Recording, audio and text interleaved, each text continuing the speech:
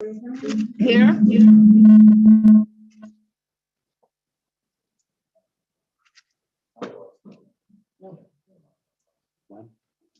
Here.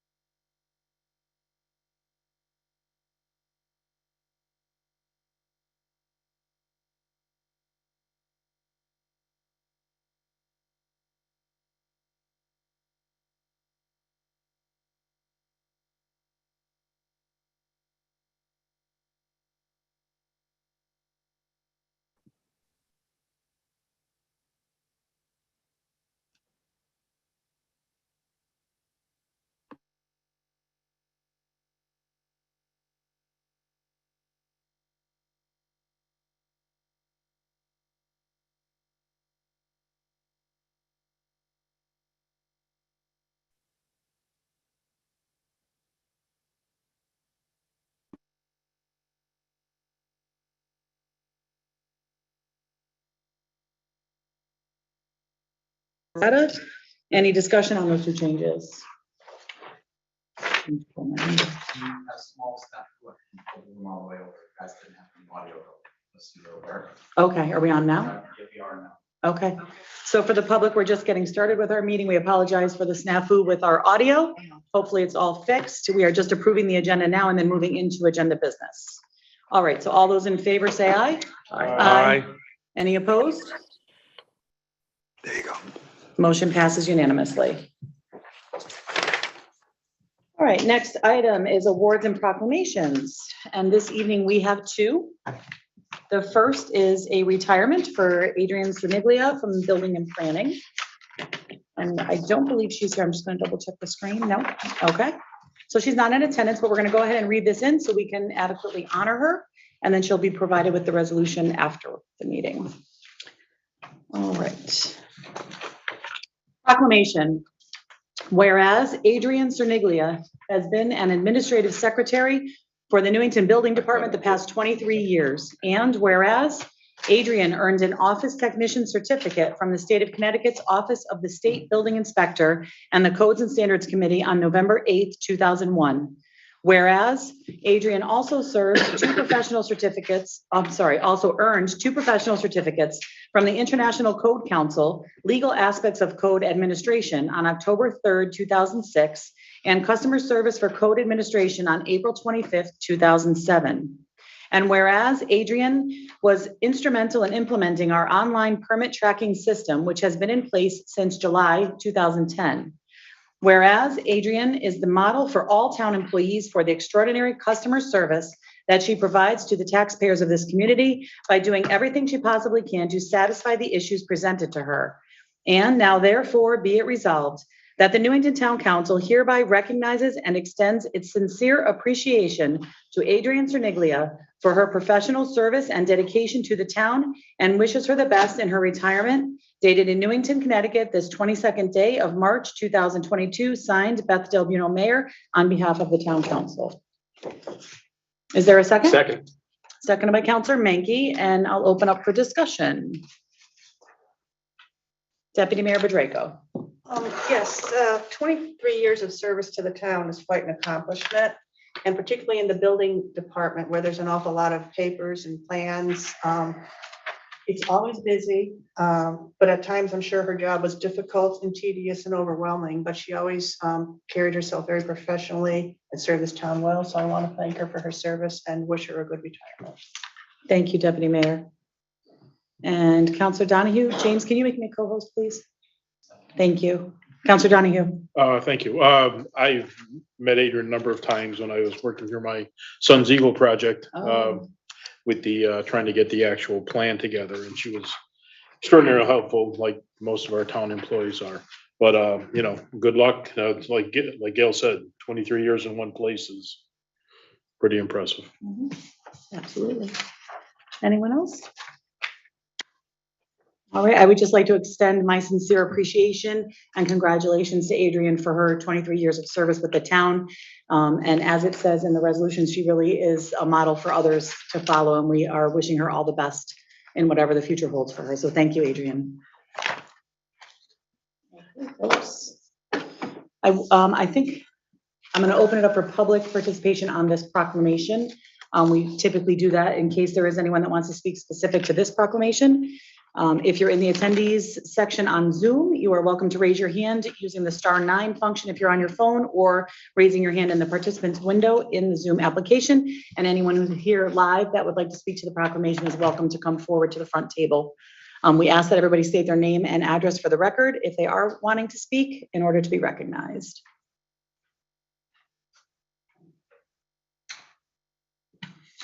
All right, I don't see any hands for this one, so we'll continue on. All right, we also have this evening a proclamation for the National Public Health Week. So I will go ahead and read this one in. And this one? It was for a retirement. Mhm. Vote on the proclamation. Oh, thank you. I do that all the time. We get going. So we need to vote on the first proclamation before we move on to the next. So if anyone is online, if you would unmute for the vote, and all those in favor say aye. Aye. Any opposed? Motion passes unanimously. All right, on to a proclamation on 2022 National Public Health Week. Whereas the American Public Health Association has proclaimed April 4th through April 10th, 2022 as National Public Health Week. Whereas this year's theme, Public Health is Where You Are, concentrates on how the places we are physically, mentally, and societally impact our health and lives. And whereas by building healthier, stronger, and safer places to live, the United States can be the healthiest nation in one generation. And whereas for 27 years, the annual celebration of Public Health Week reminds us of the fundamental role that our own state and local health departments play every day in the health of our communities. And whereas the Health District, in partnership with the 4 towns, has been dedicated and driven to reduce morbidity and mortality from COVID-19 over the last 2 years. And whereas the town of Newington, together with its neighboring towns of Berlin, Rocky Hill, and Wethersfield, receives quality public health service through its regional health department, the Central Connecticut Health District, now in its 26th year of service. Now, therefore, be it resolved that the Newington Town Council does hereby proclaim April 4th through April 12th, 2022 as National Public Health Week in Newington, Connecticut. We encourage all our citizens to join in this celebration and in acknowledging the critical role of public health in prevention and in helping individuals and communities to achieve and maintain good health. Signed this 22nd day of March, 2022, Beth Del Buono, Mayor, on behalf of the Town Council. Is there a second? Second. Seconded by Councilor Nagel, and discussion on this one. Deputy Mayor Bedrejko. Well, first of all, I know Charles Brown is going to be joining us virtually. He's done an admirable job of leading our participation in the public health Central Connecticut Health District, and also we have our volunteers from town who serve on the board. They've always been doing a good job, but they've kind of been under the radar because there really hasn't been any, thank God, huge crises until COVID came along. And certainly the COVID situation has brought their contributions to the forefront and how important they are in serving and protecting the community. So I certainly endorse celebrating their efforts and appreciating what they've done for us, and continue the good work for all who serve on the board. Thank you, Deputy Mayor. Councilor Mankey. I would just echo Deputy Mayor Pacheco's comments. It seems like a crisis brings out the best in an organization, and certainly this crisis has brought out the best in our Central Connecticut Health District. I think they've done an excellent job of keeping us safe. They've done an excellent job of distributing flu shots, vaccine. Well, they do flu shots also, too. yeah. They can also the COVID vaccine and the test kits and the masks, and they've done a great job on all of that. And I just would thank them. And certainly this is it's good for us to recognize health for a week at least. Anyone else? I just wanted to say, I know Charles is on, so Charles, I'll give you an opportunity, but I just want to say too, thank you so much. And I say this to you every year when we have our annual presentation from you, when you really go through all the things that you provide our community that no one even has a clue that you're doing behind the scenes. And every year I hear you talk about the asthma programs and lead prevention and so many other things that you're doing that people aren't even aware of. And, certainly as everyone else mentioned, COVID has brought forward so much attention to your organization and the good work that you do. But really you have been invaluable in consulting with our town manager and Ms. Mackey, our emergency management director, and helping guide us through this. So I am so much even more appreciative of you this year than ever before, but I just wanted to make sure you know that. But I'd like to give you an opportunity to speak to the proclamation as well. Well, thank you. And I really do. We appreciate the proclamation. Public Health Week is an opportunity for us to try to bring forward the activities of public health that people don't normally see.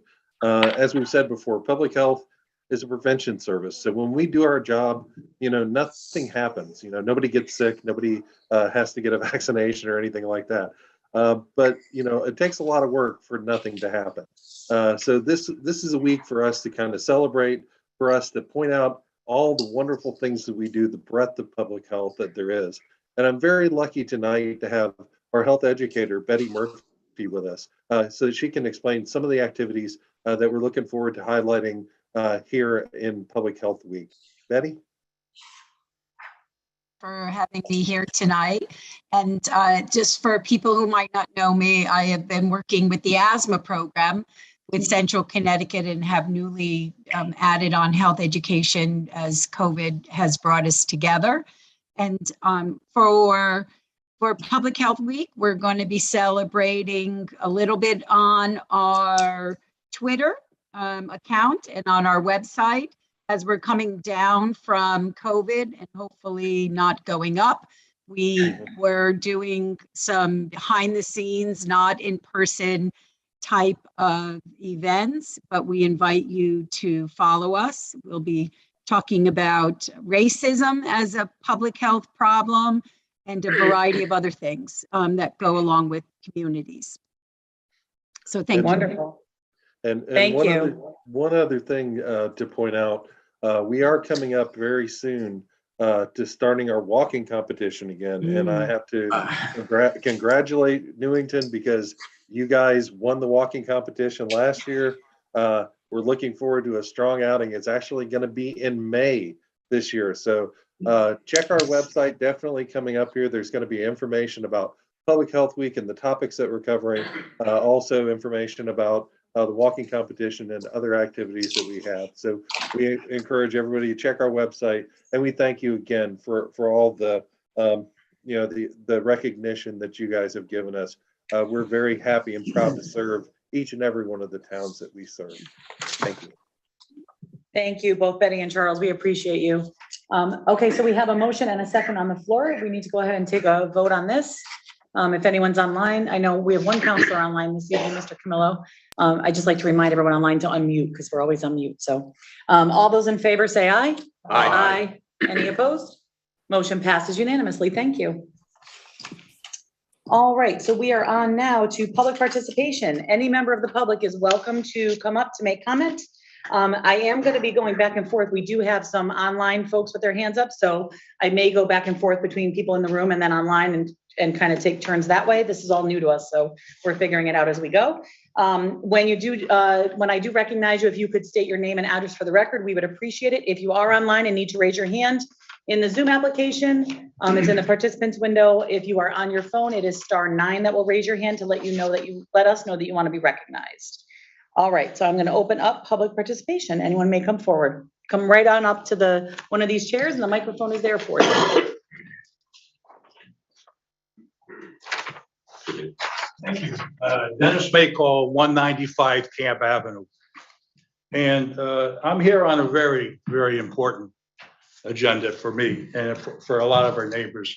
And that is the narrowing of our street. And I've been in town since 1974, lived on Camp Avenue for 48 years. For 22 of those years, the street was at 26 feet and was never a problem for anyone. No issues were ever discussed. I had a problem. For some reason, 30 plus years ago, around the beginning of the 1990,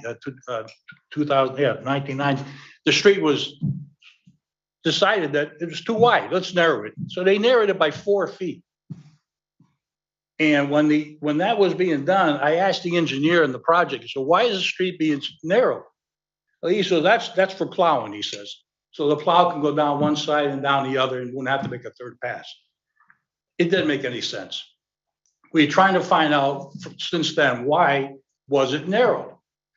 And the other explanation my neighbors and myself come up with, find out, is that when Fafner Bearing was a manufacturing and Mohawk Farms was a manufacturer of milk and products there, they would get out at 3:30 or 3 o'clock in the afternoon. They would come down Willard Avenue and they would shoot down Stoddard to get to Maine, because that was the only access to get to Route 91. Route 9 wasn't an issue, wasn't even a thought back then. It would back up quite a ways. So people would shoot down Camp Avenue. So the next issue, it was done for traffic control. Let's narrow the street and see what happens. That never worked out. 25-mile-an-hour street signs and people are still doing 35, 40. That has never worked out well. So at 22 feet now, presently, with 2 cars parked on the street, no fire truck can get by. And you know that. No ambulance can get by. And police have a hard time when they're racing down the street. It's a safety issue. It's a very important safety issue. We got to get this widened back to 26 feet, where it was no problem before. Seriously. Now, it was been brought up that the problem is we haven't got enough money. Town manager mentioned that to me once. Oh, we haven't got enough money. Well, now we do. According to the letter from the finance director, yeah, there's enough money in there now to do this. So let's correct the mistake that the town made. That's the thing I'm trying to correct the mistake. You made a mistake. We all make mistakes.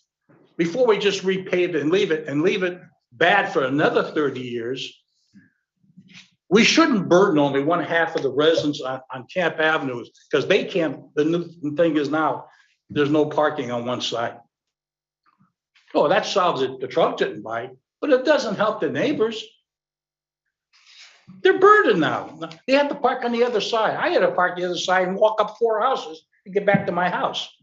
That doesn't make sense. The only issue here I have is not widening it back to originally where you go down the street, you can see where the storm drains are set back and everything else. It can be done safely. And we've had letters. No, we do have a 3-minute time limit. You're a little over, so just as you wrap up, that's fine. I can speak for 30 minutes.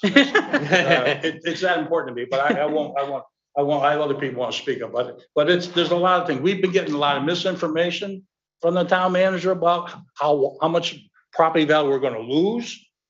He mentioned one letter said 8 feet. You know, it's only looking at 2 foot on each side, 4 feet, back to where it was originally. And I think that's what we have to look at, and not just repaving it and leaving parking.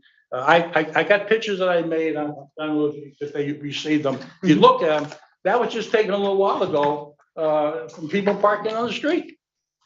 And if you look at the signs, you focus on that sign that's on that pole. It says parking, no parking on both sides of the street. So everything here is just, quickly done. Just throw it up. And, that we got mail trucks still parked in the wrong way. He parks. We asked him, the sign said no parking. He says, that doesn't adhere to us. I said, well, okay, good. But some people see you and they say, why not? So I thank you. I'm sorry I went over, but like I say, I could speak to any one of these afterwards about how important this is to us. And I think we should address it really. I thank you for responding to my email. And you mentioned in your email that safety is priority 1. I'm going to hold you to it. Thank you. Thank you. All right, I do have two hands up in the Zoom, so I'm going to take a call from Zoom and then we'll return to in person. The first caller is Mr. Ryan. Hello. Am I coming Hello. through? Yes. Great. Yes. Neil Ryan, 237 Brockett Street, still the heart of Newington. I want to briefly discuss two issues. Hopefully I can discuss them. They seem to be buried on the agenda. First, I'm troubled by the town manager and the town council's decision to gut, not cut, the Board of Ed's proposed budget by approximately $1.4 million. This has now become routine for this town manager and town council. I'm glad the town manager finds this amusing. Personally, I believe that Newington's public school system represents the town's greatest natural resource. A town with an outstanding public school system represents a huge plus for the town. An effective public school system will keep young families with children in Newington and would encourage young families with children to consider moving to Newington. Newington demographically is an older town, an aging town. And I think we need to keep and attract young families to Newington. Continued budgets like this are going to cause people to leave Newington. Personally, I don't think a town can spend enough money on its public schools. Public schools represent the lifeblood of a town. People opposed to fully funding the Board of Ed's request budget will say that, well, it might result in an increase in our property taxes. Maybe, maybe not. But if my property taxes need to be increased in order to fully fund the Board of Ed, then increase my property taxes. I have no problem with that. I consider it invested in my town's future and money well spent. The second I want to discuss deals with the town manager and town council. They're resurrecting the proposed permanent facilities commission from the dead. I thought this idea was buried last year. Apparently I was wrong. First, I don't understand the need for this commission. Our existing system is working just fine. Again, you appear to be trying to fix that that isn't broken. Now, when I look at the proposed commission, under the powers and duties of the proposed commission, there are 8 items listed. I won't read them, but there are 8 items listed. And each of these items is done by every building committee that is formed, that is in existence. Currently, we have the Anna Reynolds Renovation Committee that's in place. We're doing all these things. Blue Ramos Library has a building committee in place. It's on hold, but it's got an excellent makeup of individuals, and they'll be doing all these. They'll be carrying all these steps. Now, also, under the composition of the proposed committee, it's noted that each committee member shall be an elector of the town of Newington. This is a nice touch, except for the fact that the individual recommending 3 of the members isn't an elector of the town of Newington himself, namely our town manager. It makes us look rather foolish as a town. Finally, all this committee does is add another layer of government to our existing government.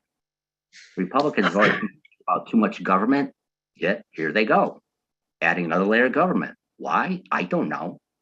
And finally, I know the council isn't required to respond to questions from the public, but I'm gonna throw this one out there anyway. I'm just curious, how many days a week does the town manager show up to work in his office each day? Can anyone answer that? Will anyone answer that? I know you don't have to. No response. Okay. Town manager, you'd like to comment? No? Are you in your office? Mr. Ryan, our rules of procedure do not allow us to comment. I know. I'm sorry. Okay. Thank you for your time. Thank you, Mr. Ryan. It's been real. Take care. You as well. Thank you. All right. Any other member of the public here may come up. Absolutely.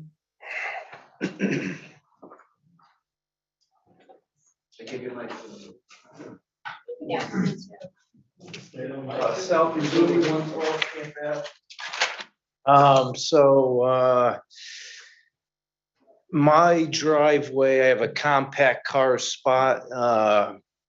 I would probably lose some of that. It's not gonna affect me much. My hill, I've been growing grass on there, fighting it. I just blew off the salt and could lose 2 feet of that. Where I am, I have 3 kids myself. I have a niece 2 houses up.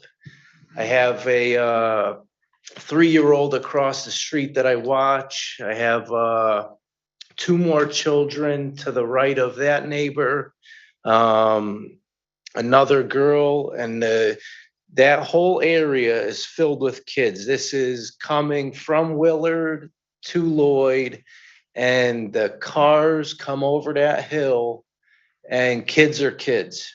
And what's going on now with the cars being parked on that side, whether you're a pedestrian walking a dog or you're a child playing, you're walking up the street into oncoming traffic.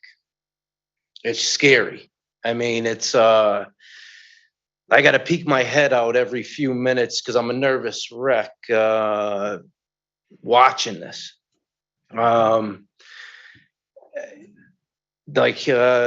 I forget your name here, Dennis. You know, this road, I've talked to other people whose grandparents live there. The road was wider. Let's just widen the road.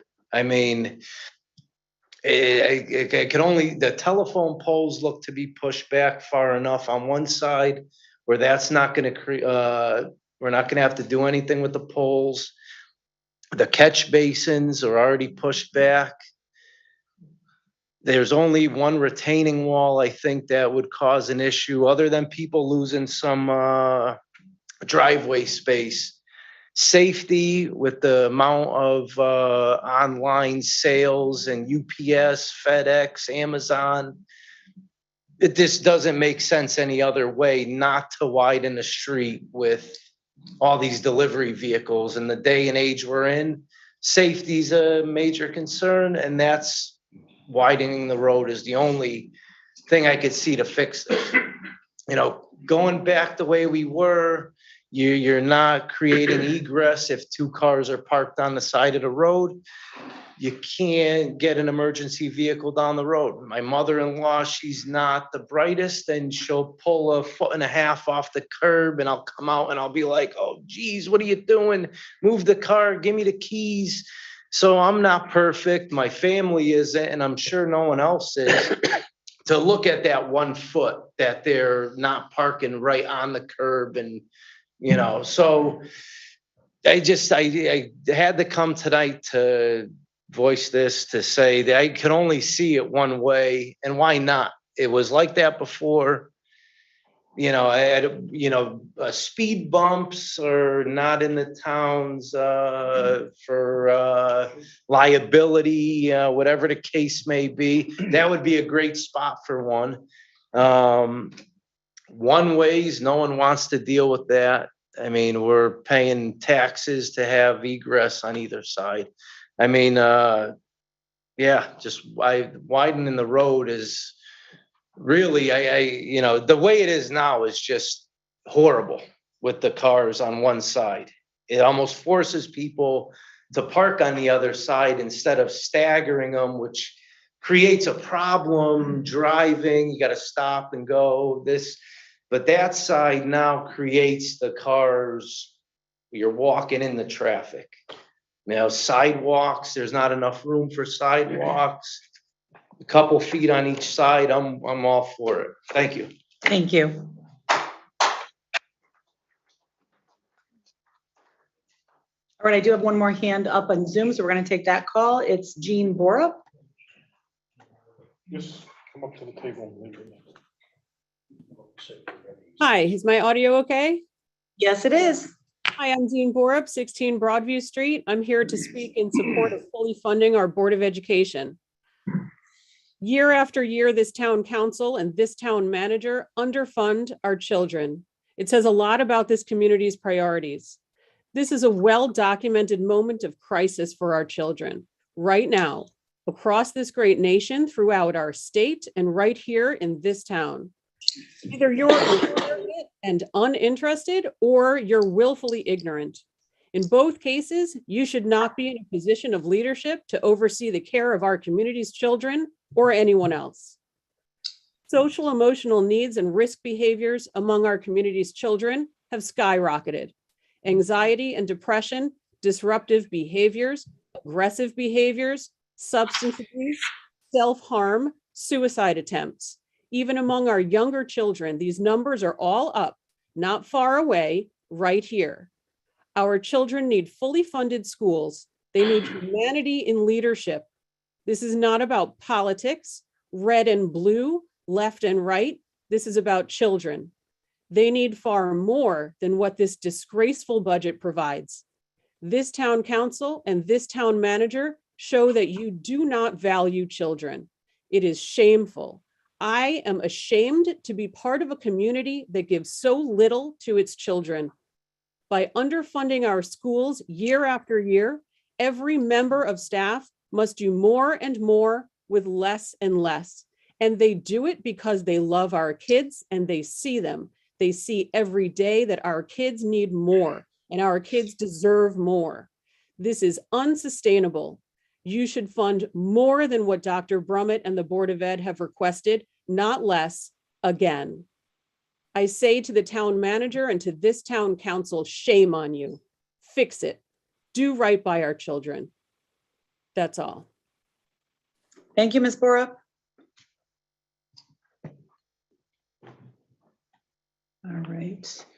All right, welcome. Good evening. My name is Janet Maycall, and I also live at 195 Camp Avenue. I have lived in Newington for a month shy of 50 years and have lived on Camp Avenue for 48 years. During those early years, our neighborhood was generally multi-generational, pleasant, kind. Most homes were single Cape Cods with a single driveway and a single garage. Families were able to accommodate their 1 or 2 vehicles on their property easily, with others being parked in front of their house. Emergency vehicles did not have difficulties accessing properties, even if cars were parked across the street from one another. The street was 26 feet wide. For some reason, 3+ decades ago, our street was narrowed and the property frontage on both sides of our street was increased by 2 feet, thus narrowing the street by 4 feet. Even back then, our concerns began. We voiced them to town councilors in the 80s, 90s, throughout some of the years leading up to today. Unfortunately, our concerns fell on deaf ears until most recently, when some drivers of emergency vehicles or police were unable to access residents' homes in their closest access end of Camp Avenue and provide the timeliest response to the emergency. Their expressions of concern began to seem to carry some weight. We all know that times change, and so do neighborhoods. Additions have been made to homes for more comfortable living, and a great many homes have more than 2 vehicles these days, with 2 or 3 generations living under one roof, even on our Camp Avenue. With our narrow street, parking on either side of the road became difficult, if not challenging. Cars have been sideswiped or even pushed into a telephone pole right next door to us at one point when parked in front of their own house. Within the past few years, several residents have cut into their own front lawns at their own expense to provide another parking space for either their own car or those of guests, just to keep them off the narrow street and to allow emergency vehicles to, safe access. When the issue of our street being paved was brought to the attention of Camp Avenue residents last summer, we knew that this would be a perfect time to make neighbors aware that our street wasn't always this narrow, and there had been renewed discussions and concerns voiced among emergency vehicle operators driving up and down our narrow street. We need our street to be restored to its original width. Due to concerns about this widening issue, the town manager put the paving issue on hold until this spring and decided to institute parking on one side of our street. This parking issue has been in effect since last fall of 2021. It has opened an entirely very undesirable and safety-wise can of worms, which I am sure and you know from others. In closing, this is your opportunity as counselors to help the residents of Camp Avenue correct the mistake that was made many decades ago by the town and restore Camp Avenue to the wider width that it was so many years ago. It is finally the right moment to do this, not to mention the right thing to do. We will definitely not have this opportunity again, if ever, to revisit this most important issue. Thank you for your attention and thank you for listening.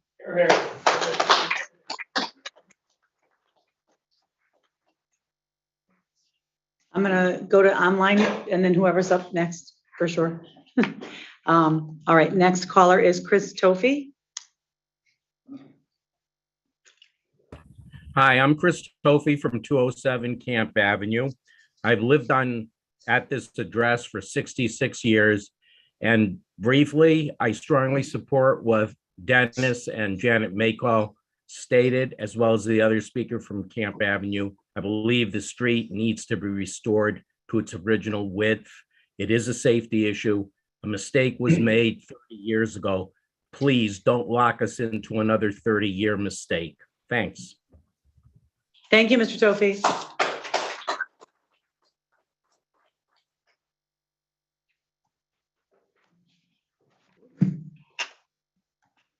Go right ahead. Thank Sorry. you. Hi, Amy. Amy Parati, 175 Hillcrest Avenue. I'm here tonight not as a Board of Ed member, but as a taxpayer and a parent of 3. I would like to voice my request for your consideration to fully fund Newington Public Schools with the 3.63% increase requested by the board. The current 1.69% increase put forward in the town manager's budget after a 0% last year does not set the school system up for success. I hope you listen closely to the presentation tonight. You will see that it is full of needs, not wants. Contractual salary obligations make up the majority of the increase this year, and the Board of Ed also has to make up for the 0 last year, where there was also contractual obligations that was not covered. This is not a concept lost on the town. Listening to Mrs. Murphy's review of the various town departments page by page, she said the same thing. There's contractual obligations in the town's budget as well. It would be easy to just accept the proposal put in front of you, but I think it is extremely unfair to the children in our town. The proposed budget the town manager put forth coincidentally lowers the mill rate by almost exactly the amount he shorted the Board of Ed's request. A mill rate decrease of 0.54 translates to just over $1.5 million. The difference between the Board of Ed requested 3.63 increase and the proposed 1.69% increase is $1,486,854. As a taxpayer, I appreciate the sentiment, but I'm not in support of a lower mill rate at the expense of our children. Please think hard about what this would do, not fully fund our school. Don't just lower the mill rate to fulfill a campaign promise. Think about what it actually means for the taxpayers and students in our town. The teachers and staff at NPS have done amazing things during this pandemic, but just like our children, they're struggling. It would be detrimental to have to lay off teachers at this time. Just think about what that would do to morale after they spent the majority of 3 school years dealing with this. One last point I'd like to make, unrelated to the school budget, is the assistant town manager position that is not currently in your budget. I know you're discussing adding it. This is a position that was not in the previous budget, or that was in the previous budget but not filled. And in fact, is one of the reasons cited for the generous bonus of $30,000 for the town manager. Since this position was not needed previously, I'd ask that you think hard if it is really needed this year. With such a tight budget season, it seems all the money we can save would be beneficial. Laying off staff in the school system, but hiring new positions at town hall may not sit very well with parents. Thank you for your time and good luck as you move forward making these tough decisions. Thank you, Ms. Parati. Excuse me. I do not see any hands up in our Zoom window right now. If there's any other members of the public that are present that would like to come forward. Come right up. Welcome. How you doing? Good evening. My name is Neil Robinson. I live at 196 Camp Avenue, and I'm here in support of widening Camp Avenue. Our family has resided there for 40 years.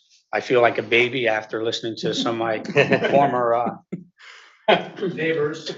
But that's one of the things, there's several neighbors on both sides of the street, north and the south, have many more years residents on the street than I do. Some of them are elderly. A few have handicaps. And for that reason, widening the street also makes a valid point at this point to increase. I too was there when they first narrowed the street. I remember watching them filling in, getting closer and closer, farther away from my property.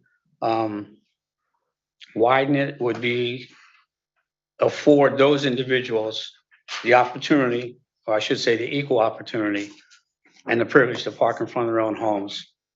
At this time, also, as we well know, most importantly, it will increase access for emergency vehicles, emergency services to be there in a major event. So I would just like to throw my support in to widening Camp Avenue. Thank you very much. And thank you for your community service.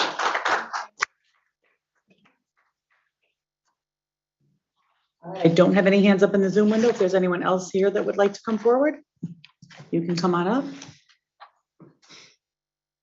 I like to give it a second because people will change their mind. We just ask that we have other people support you, just to raise their hand. There are other Camp Avenue residents here. Oh, sure. Would you just raise your hand? Thank you.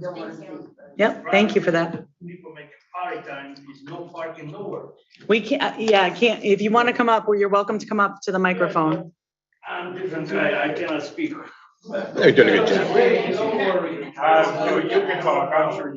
You haven't heard us speak. Yeah, right. Just, if you could state your name and address first. Michael McGill, 167 Camp Avenue. Thank you. I am agree with the wider the street because that's a problem with the parking. The neighbor got the wider street cross my house. He cannot parking and cross the street. Next one is the hydrant. And the next side is the good person, but it's got the party overtime, got the party time. But the people coming from New York or something, they clock the whole parking. And we don't have a chance, you know. I'm live by myself. My wife passed away 3 years ago with a heavy snowstorm because the road not even plowed. The ambulance come too late, you know. And the winter time is same thing. With the plowers come, they plow the snow on the side. We have to move the car to plow as driver, you know, they move the snow somewhere. There's no way to parking anyway, put the car nowhere, you know? And another thing is like my son blocking me, you know, every time he coming and just clock me and I want to go, he take a shower, he want to do this, he want to do this. I don't have a time, so I have to move his car, what I struggle with after operation and walking, move his car because I want to go to appointment or something. And he always parking in the front of the house before. Now he try looking for the parking, so he clocked me. He don't want to look for the parking because he's rush. He's come from work, he got to go to the party. And I have to wait for him, you know. We have a bit discussion too, you know, about this problem. I say, I'm not going to kick you out from the house because I don't want to live alone, but sooner or later, I'm going to have to do this because you make me more sick what I am.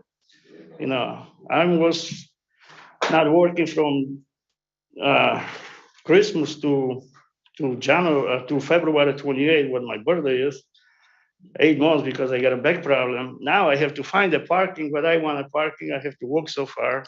I cannot even walk. So I love the parking in front of my driver. I parking next, across the street.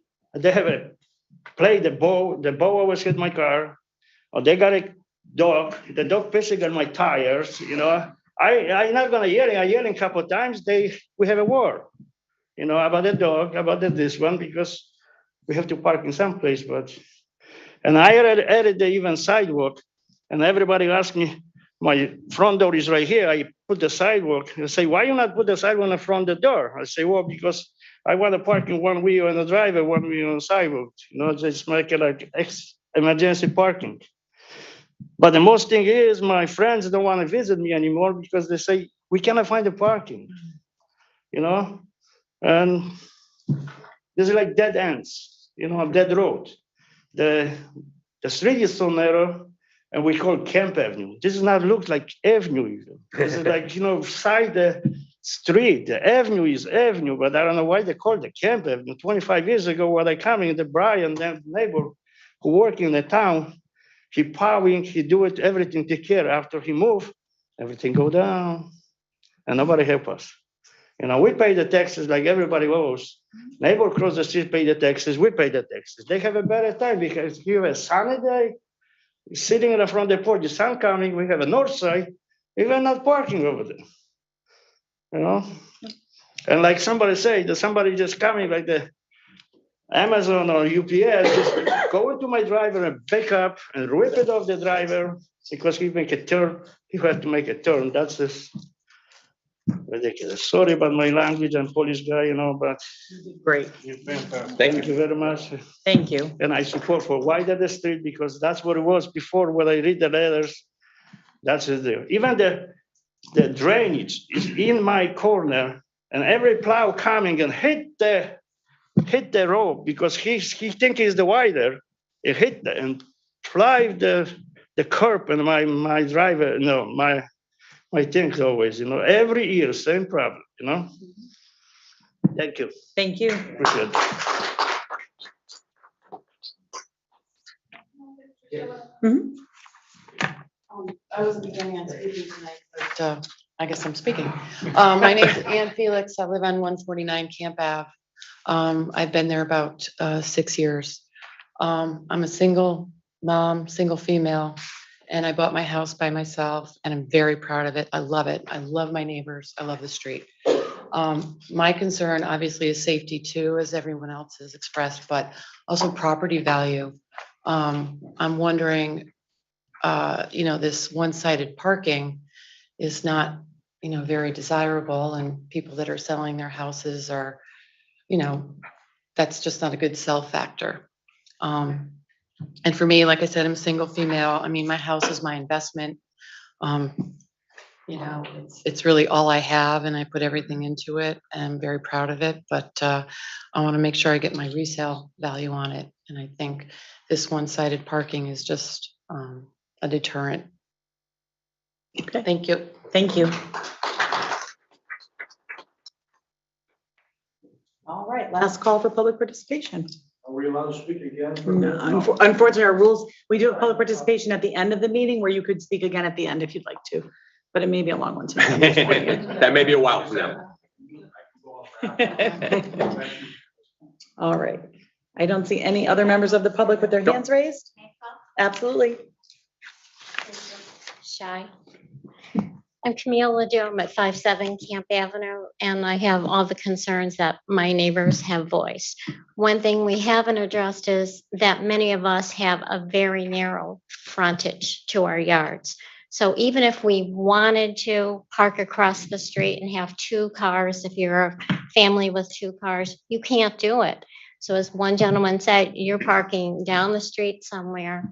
It's just not a good situation for anyone. I'm from a big Italian family. I can't have family come over.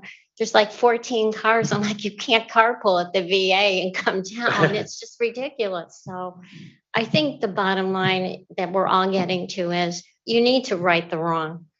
It was never fixed. It sounded like the initial intent was to get it back to the width it was, and it wasn't done. And it's really causing us a lot of issues and angst. I mean, it's just every time we have to do something like, oh my God, we got to worry where we're going to put people. How many can we have? Can they carpool?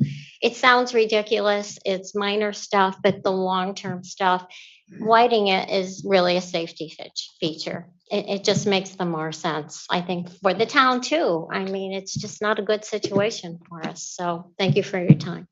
Thank you.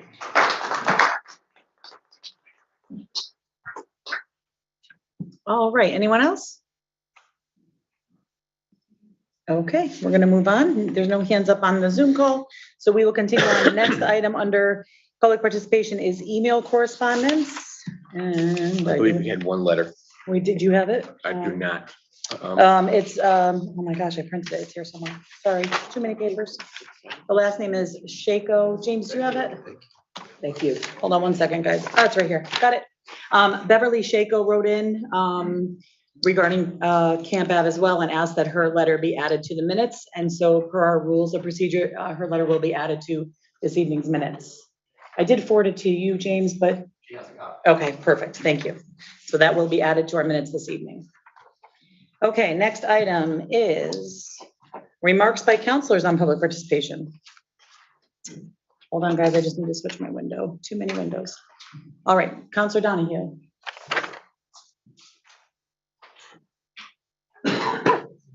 Didn't want me to talk.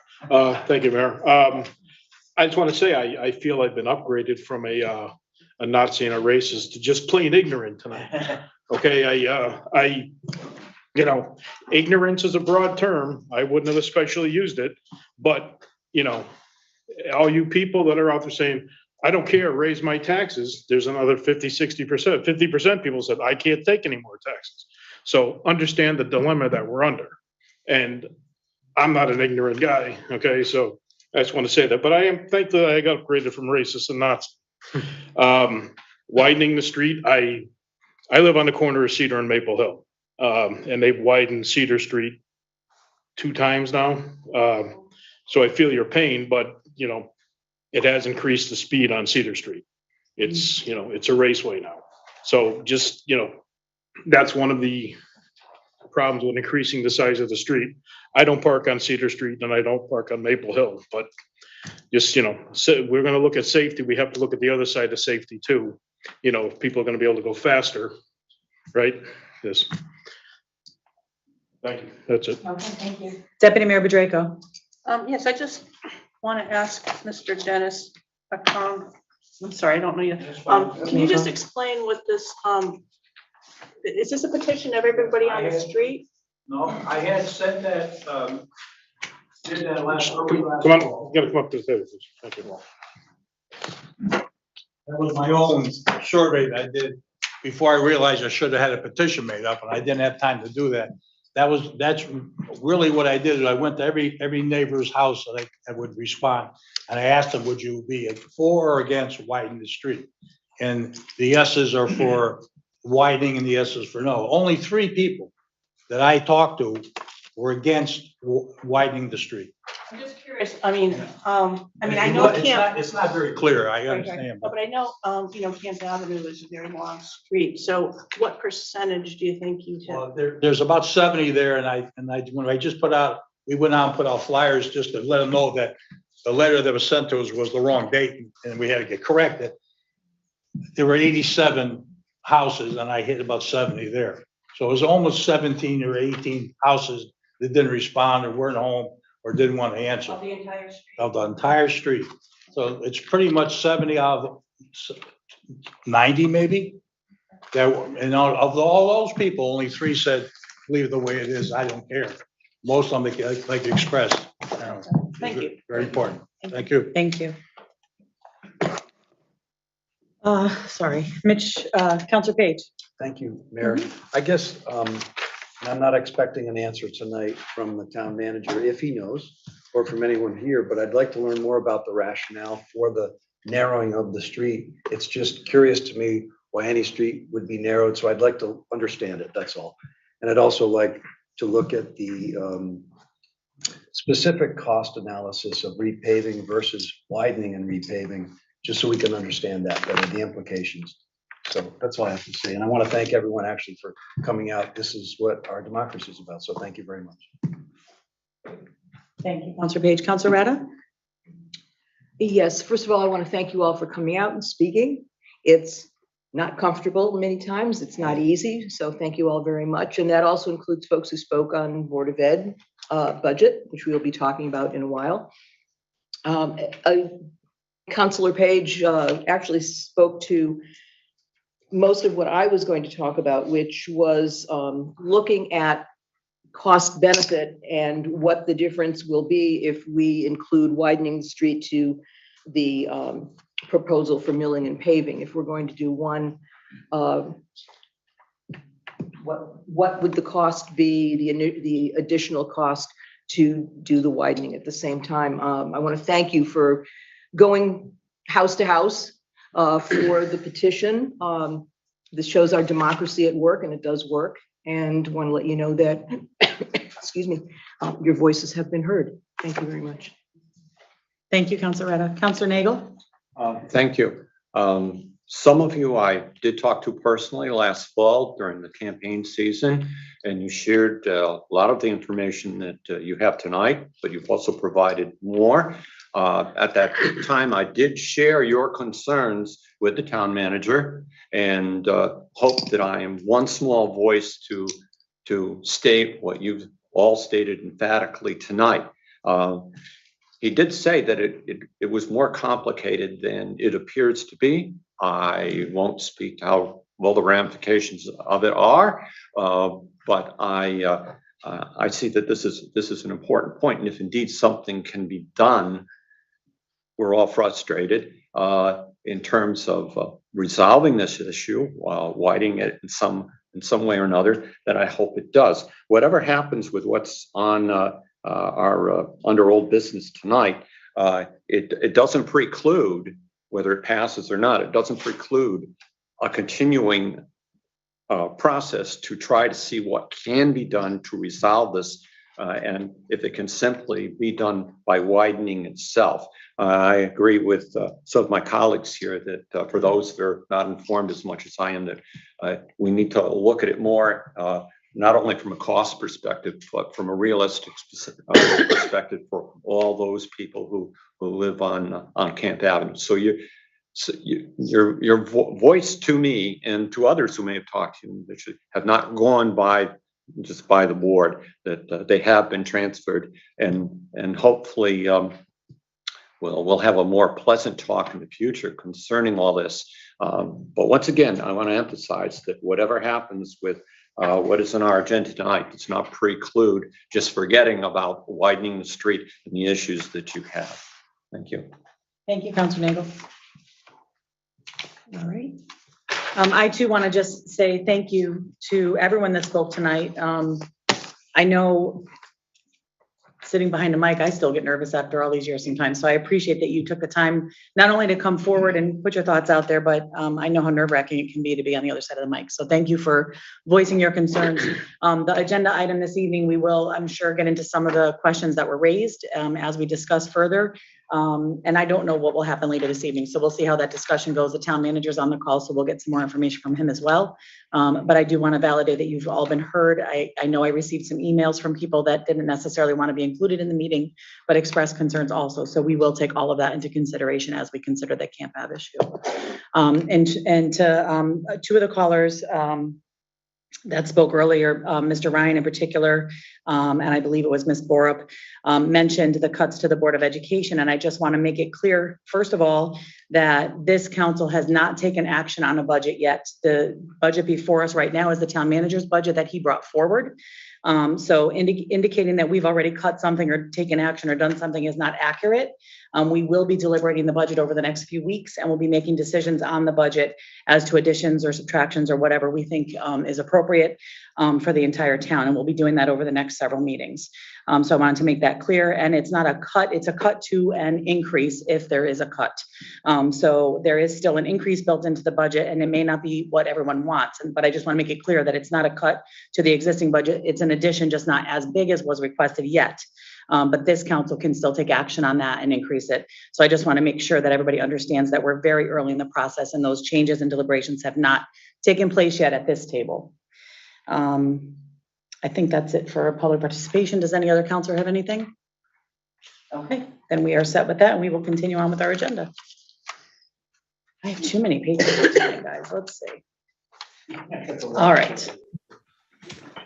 So we are on to consideration of old business. The first is a health update regarding COVID-19. Mr. Chapman, are you taking this or is Charles going to take it tonight? Well, let me just start off by saying that the COVID situation, though it has been subsiding, I can only report that we've had COVID in the first floor of the town hall last week and COVID on the third floor this week. So I just read the headlines on the news that Disney World is now closed again. So it's coming back, come back big. But Charlie is here to respond from his perspective on this. So go ahead, Charlie. Yep. So as of right now, or actually as of last Thursday, Newington's in the yellow phase for alert. That means that we're at 6.7 cases per 100,000 over a 4-week rolling average. Total number of cases for Newington since the beginning of the pandemic is 5,930 as of this afternoon.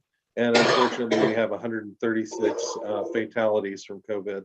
Our vaccination rates in Newington are pretty good overall. We've got a lot of the folks that are in the upper age brackets that are fully vaccinated at this point.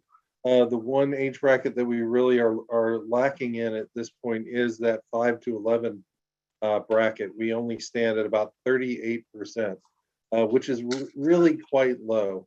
And especially when we're dealing with the variant, the Omicron variant that caused the surge here over January, early February, we're actually looking at a subvariant of that that's causing a lot of issues both in China and now in Europe and the United Kingdom. This subvariant, this BA2 subvariant, is really expected to cause a surge in cases as we move forward. Hopefully, we're not going to have to deal with the numbers of hospitalizations. BA2 is considered to be more contagious than the original Omicron variant that it's a subvariant of, but it does not appear to be more severe. So, vaccination is absolutely our best protection against this. And what we see right now in the numbers of cases that are going on, we're seeing still a decline, but it's actually not declining as fast. So, we're about 3 weeks probably behind where Europe is, and they are starting to see quite a big push back up into, not quite a surge, but getting really close to that. So they're looking at, instituting some masking and some other tools out of the public health toolbox to help mitigate that surge that they're dealing with. With that, I stand ready to answer any questions. Thank you, Charles. Counselors, any questions or comments? Counselor Page? I would just comment, Mayor, thank you very much, Mr. Brown, for all the work you're doing, and appreciate it very much. Thank you. Thank you. Counselor Mankey? I see in the news that they're asking for a fourth shot, right? The first two and then the booster and then another one. Do you see eventually that we would just get a COVID vaccination as like we would get a flu shot every fall or spring or whatever? Yeah, I mean, it may end up being that way as the disease becomes more endemic. Right now, they're still, kind of banning about the need for a booster shot, the fourth shot. Right now, I think the consensus is that if they do choose to do that, it's probably going to be targeted more towards the elder populations and those with immunocompromised conditions. So, I can see eventually this being much more targeted, similar to what we do with the flu shots, though. And if that's the case, then we'll be ready to do those clinics just like we do for flu every year. Is there any talk about having the flu? Is it possible to have the flu shot and the COVID shot all one shot? So I only get stuck in the arm once? They actually did, I think, some research into doing a combined shot, and it is possible. They were doing 2 shots together at the same time, and it is safe to be able to receive both vaccines at the same day at the same time. So, worst case scenario, we can just line them up, do one shot in one arm and the other shot in the other arm, and off you go. Oh, great. With 2, you get 2. I say that jokingly. I get 2 Band-Aids, right? Yeah, exactly. Two We'll even lollipops, give you 2 star stickers. Any other council comment or question? All right, seeing none, I think we're all set. Thank you, Charles. Thank you. Thank Stay you. healthy. Yeah, You too. as well. All right, next item this evening is the additional appropriation for Camp Avenue milling and paving. We did discuss this at our last meeting. Mr. Chapman, do you want to review the proposal? Yeah, basically, just to give a clearer understanding of the history of this, the from what I understand, the Camp Avenue had a width of around 26 feet without any curbing years ago. The town at some point decided to narrow the street down to 22 feet and put curbing in. And it's been that way for, as was reported, 20, 30 years. The problem developed when our fire apparatus and our emergency vehicles were having difficulty traversing Camp Avenue because of the parking on the street by the residents and visitors. So I made a decision to do a study on if we had parking on one side and kept the width the same at the 22-foot level. From emergency standpoint, it works very well. From snow removal, I was kind of surprised. Somebody reported that they have problems parking in the street when it's snowing, and we have parking restrictions when it's snowing, and there's no overnight parking. So I don't quite understand how that would play into this. But in any event, we find no reason to, from a safety standpoint or from a logistics standpoint, to widen the street. I will agree that most streets in Newington are 26 or more feet wide. The reason why it's before you tonight is because the road needs to have either a mill and pave or a reconstruction, whatever you decide. If we do a mill and pave, we would keep the width at the same, and we keep the parking arrangement as it is. If you want to widen the road, then we get into some type of a mill and pave and reconstruction. What I anticipate would happen is you would lose driveway length on all of the properties, or at least on one side of the street. And part of the problem, as described tonight, was the people don't have enough driveway for the vehicles that they have coming to their homes. So by shortening the driveways, only will lead to more people parking on the street. So it's not an easy solution, no matter what you do. The cost to do the milling and paving is substantially less than widening and then reconstructing, and then either milling and paving or reconstructing a whole road. Gary, I believe, is with us tonight, our town engineer. And Gary, can you just give an estimate on what the cost would be to widen it by that 4 foot? If he's still there. Thanks, Keith. Yeah, this sort of project would start out at least $500,000, probably closer to $1 million. I'm gonna say 800,000, something like that, to do the full widening project. That's an estimate. Gary, would we have to move utilities? What would be involved in the widening of it?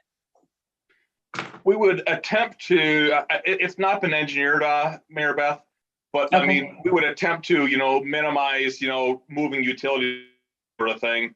I would hope that we wouldn't have to move the utility poles, and that it would just be, widening a bit on both sides of the streets. But that's the approach that we would want to take. Okay. Is there council comment or question? Just one more question. Councilor Page? Thank you, Mayor. I just to clarify, is that 500,000 to 800,000 estimate in addition to the paving, or is that the total project? I would say that would be like the total project. It's either, we spend, the 125 to mill and overlay. The road is in dire needs of some attention. If we don't mill and overlay of this, in a couple months here, a design process to do this, I couldn't promise that we could widen it next summer. It'd probably be sometime further out. Before that would even take place, due to the the engineering and design and construction that would need to be required for that. I mean, it's a major project to widen this road. This is not something that the town forces would do. This sort of project. Plus, it would be a major disruption to the residents on that road during that process. Thank you.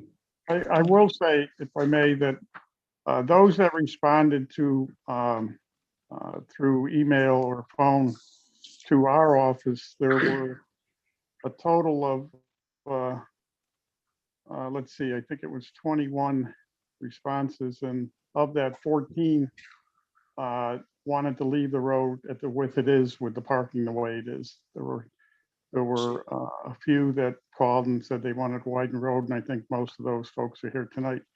So just to be clear to everyone, there are people that did not participate in the independent survey that was done and did not come tonight, but did advise us that they felt that there was no need for any change to take place. They just wanted the road to be milled and paved. Okay, So- thank you. So if I can just add something to that, in summary, there's about 75 residents that live on the road. Keith noted about 20 people had responded, so we got about 25% response, from the residents in that neighborhood, and the responses were mixed, although in favor of not widening the road. Thank you. Deputy Mayor Bedrejko? Yeah, I'm really struggling at this point. Personally, I don't think we certainly don't want to throw away money on milling and paving if there's an opportunity to at some point widen it. But I'm kind of not comfortable with, I'm just not comfortable with the fact if a comprehensive study has been done on real costs of widening, I don't know if there's legal issues of taking land from people. I don't know if there's, if contractors or whatever have been called, because there's a big difference between $500,000, 800,000, $1 million. Exactly what the safety issues are.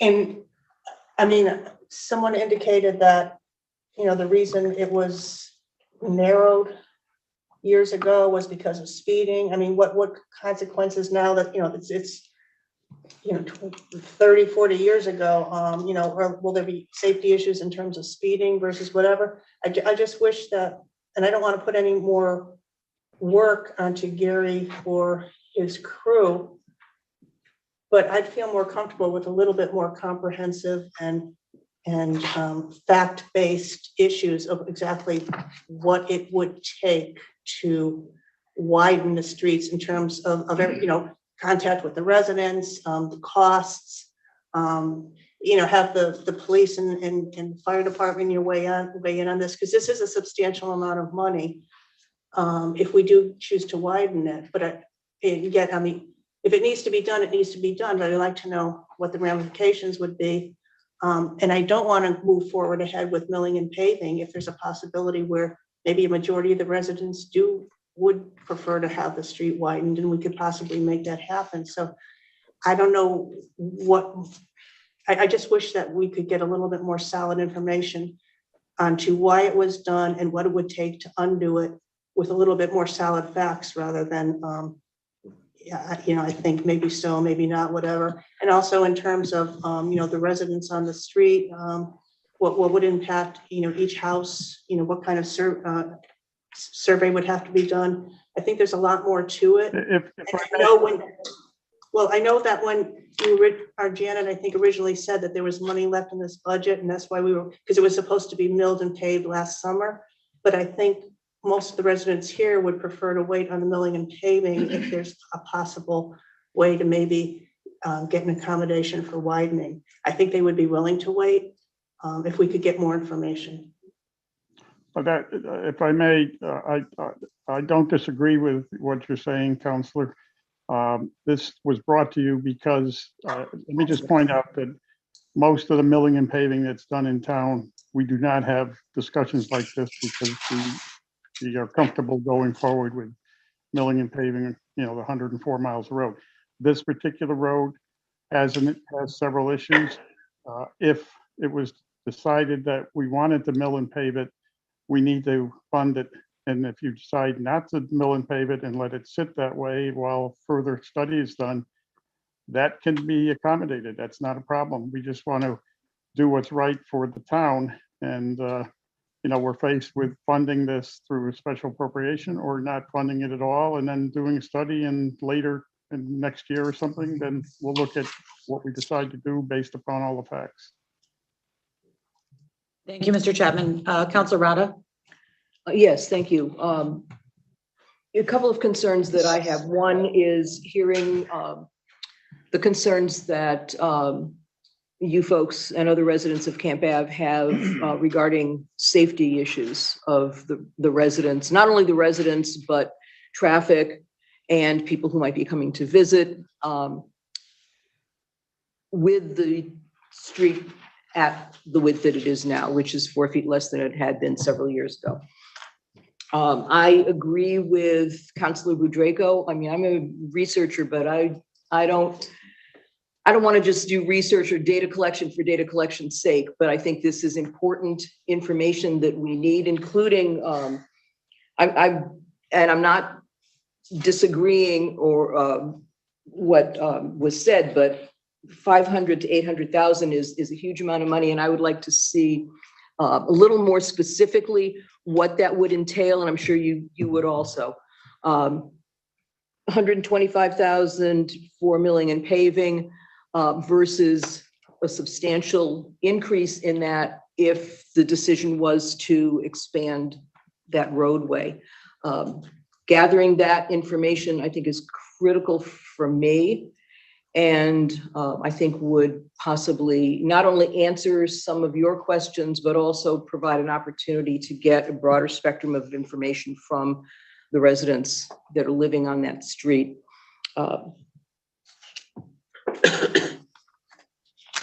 Let's see what we can do about that. I would like to see where that money would come from for some kind of survey data collection, what it is that we need to find out, and what the length of time. I think, Gary, you gave us a kind of a general estimated time frame, but I'd like to know more about what the time frame would be, and if there is an opportunity to, and there's a decision to widen the road. I don't understand. I would not feel comfortable with milling and paving and then having to go back and redo what had already been done while we're making these other significant changes. Thank you. Councilor Braverman?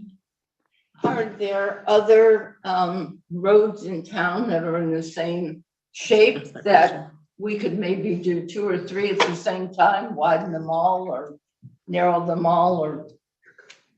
Keith? At this point, the other roads in town, some of them are narrow like this road, but for whatever reason, the people do not use the road as their parking area. Most people that live on narrow roads will use their driveways more. But we haven't had any complaints about other roads. There's not a lot of them in town. There's a few, but this particular street, this whole thing came about because the way in which people were parking, it was preventing the emergency vehicles from traversing the area. So we had to, undertake some type of an action, which is what we're doing with you right now. But there are other roads that are just as narrow, which don't have these types of problems. Okay, thank you. Keith, I just was wondering, or Janet is on the call. I know our finance director, Janet Murphy. Is there time sensitivity to us approving this expenditure this evening? Or is this something that if we wanted to get some more facts on, we could wait on? There's no time sensitivity to getting more facts. Okay, thank you. And then yes, go ahead. Sorry, it's Rob Hillman. How are you? Good, thank you. Good. The only time sensitivity would be the fact that Tilcon is scheduled to come in April to mill and pave 1 round of roads, and then the next scheduled round is going to be sometime in August. So if this road if you choose to do this road this season, there is a little time sensitivity with that and some scheduling. So just keep that in mind. Thank you. I appreciate that. If we did decide to table it for this evening and move it to a next meeting, I know April 12th, we're considering canceling. It might look like April 5th, adding it to the special agenda perhaps. Would that, No, if you want a study done by our engineers, Yeah. yeah. not, Well, yeah, I know a formal study would take longer than that. I just didn't know if we wanted to bring it back for further questioning at a closer meeting. it wouldn't be realistic to delay it for a month. I think if you want to delay it for further study, I think you've got to give appropriate time, which is Yeah. probably, the entire summer for engineering to gear up and have this study done and so forth. So I think you'll miss this whole paving This season. Yeah. If you do not act, but the road will just continue to decay. Well, and I guess my other concerns are, that if, Gary's estimate saying it could be around 800,000, if it goes up above that 975 figure, then it needs a referendum in terms of if it's not based on charter language. So that would be a concern of mine as well. If this goes above that amount, then this could be put on hold for a referendum, and that could be quite a long time. So that's another thing for us to consider. And then, Mr. Chapman, if you could gather some information for us on how many other streets are of the same width in town, if that's possible, or Mr. Furstenberg, if you could, just because I think if we accommodate one, then we may be asked to accommodate all, and we may need to look at that as a whole expenditure and whether that's realistic or not, and what that would look like for the town budget. So I would like some information on what other streets are in the same situation, whether it be in terms of the width. Mayor Beth, I've got that number off the top of my head. There's about 10% of the streets in town that have a substandard width. So that's about 30 roads. I don't have all the roads in front of me, but it's about 30, somewhere maybe upper 20s, I'm gonna say. But to reconstruct all those roads, I've looked at this number like when this first came up, but I remember the number somewhere being like, $20 to $30 million to widen all the roads in town such that we would have no substandard roads in town. That's the magnitude that we're talking. Okay. Yeah, I just think we have to be careful in terms of an equity issue. If there's other neighborhoods that are gonna then come forward for the same accommodation, we just have to be conscious of that. Did I see a hand up down here? Counselor Menke? I just would move we table this at this point. I don't think we have enough information to act tonight. All right, so we have a motion on the table to table. Seconded by Counselor Page. Any discussion? It's discussion. You can go ahead. Okay, and I just have one more question for Gary. Question that Mayor Beth just asked regarding the other roads. If you're gathering that information, I think one key factor here is that the road was wider at one point, and the town took the action to narrow it, whereas perhaps these other roads were always the width that it is. So I'm not sure we're really comparing apples to apples. So if you're gathering that information, I think this road had been wider and was narrowed versus other roads in town that may have always been narrow. So it to me is a different issue. Right. No, that's an accurate statement. I don't believe the other roads had been narrowed like Camp Avenue had been narrowed. Okay, thank you. Thank you. Any other council comment on this one? All right, so we have a motion on the table and a second to table this item. Sorry. That's okay. So all those in favor of tabling this item for this evening, say aye. Aye. Any opposed? Motion passes unanimously. Thank you. We have to put a date on when we tabled it to, or? No.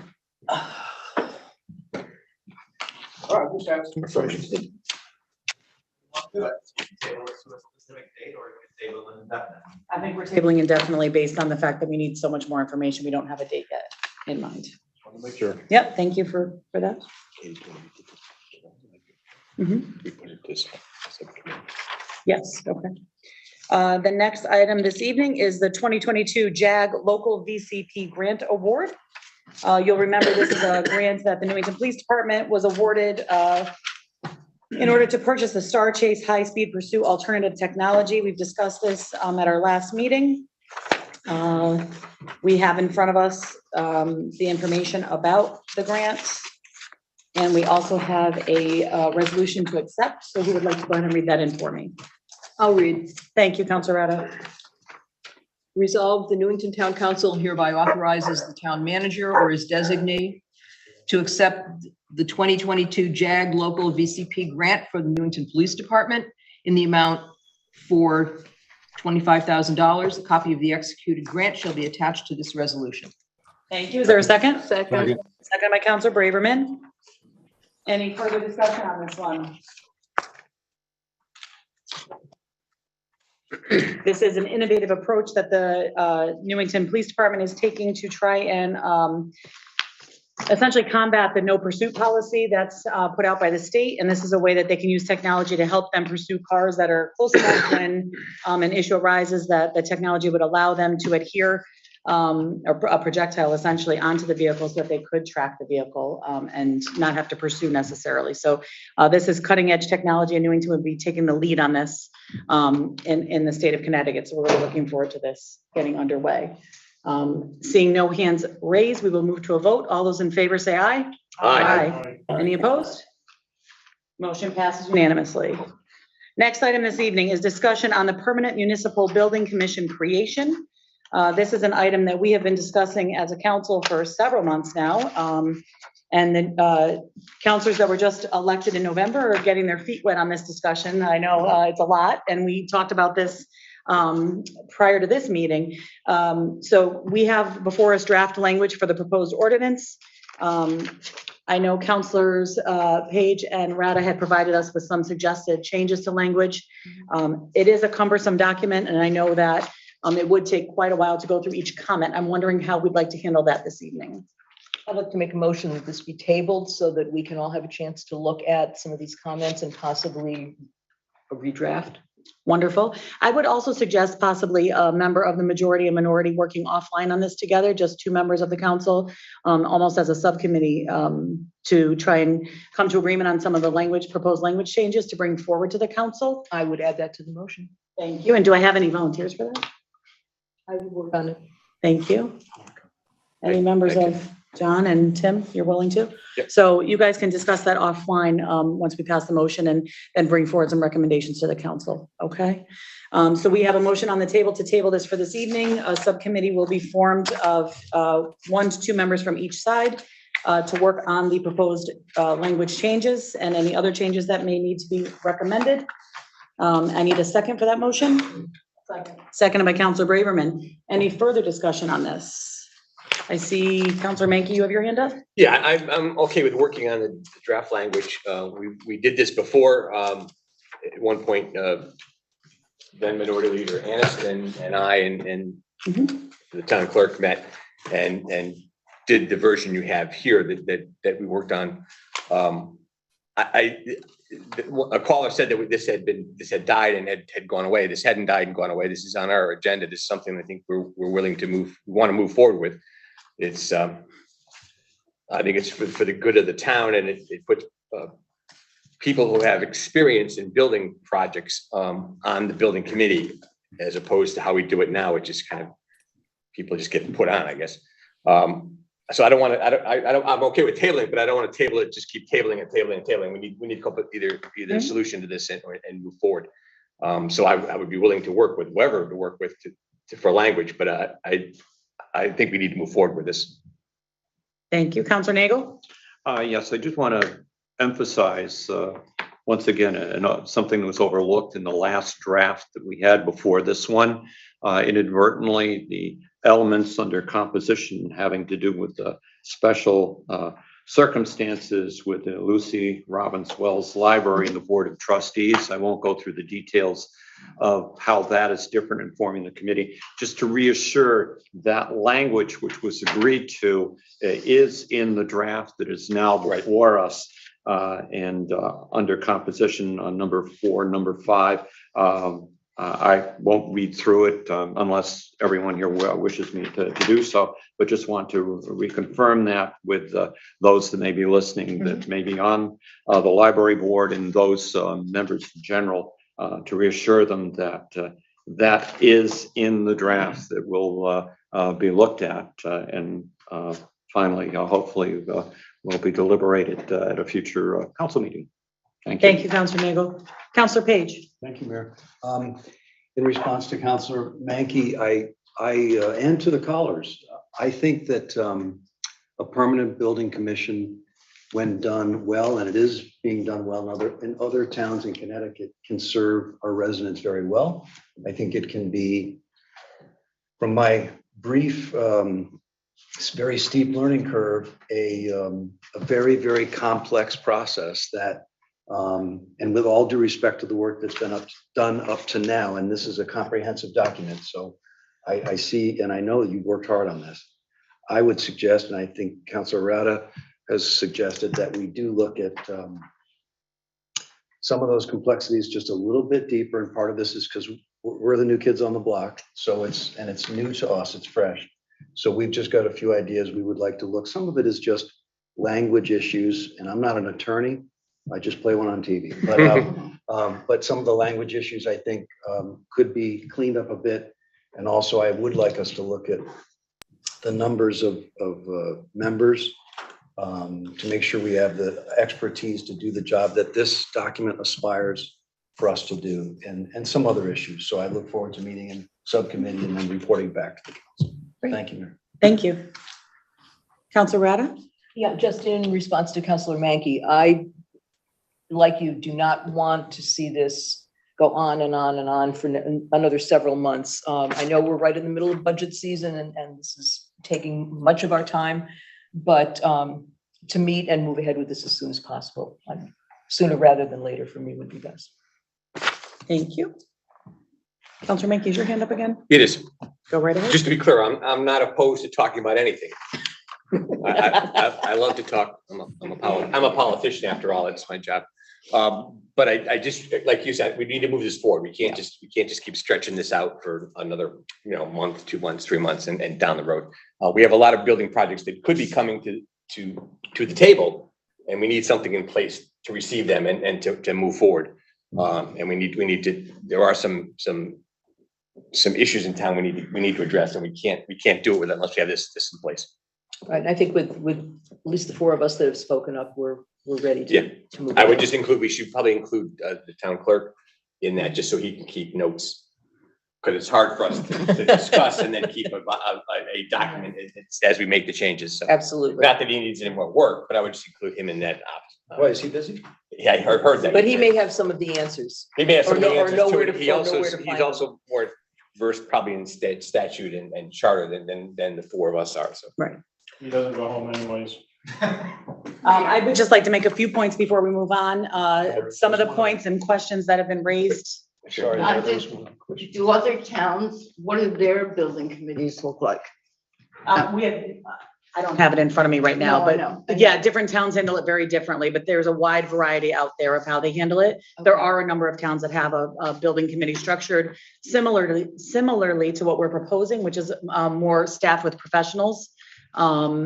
So there are many out there that we can certainly get information on. That would be a good idea. And by professionals, we don't mean people we have that from who are paid to do this. We mean people who maybe their regular job may be an engineer. Correct. Or a plumber, electrician, or architect. Yeah.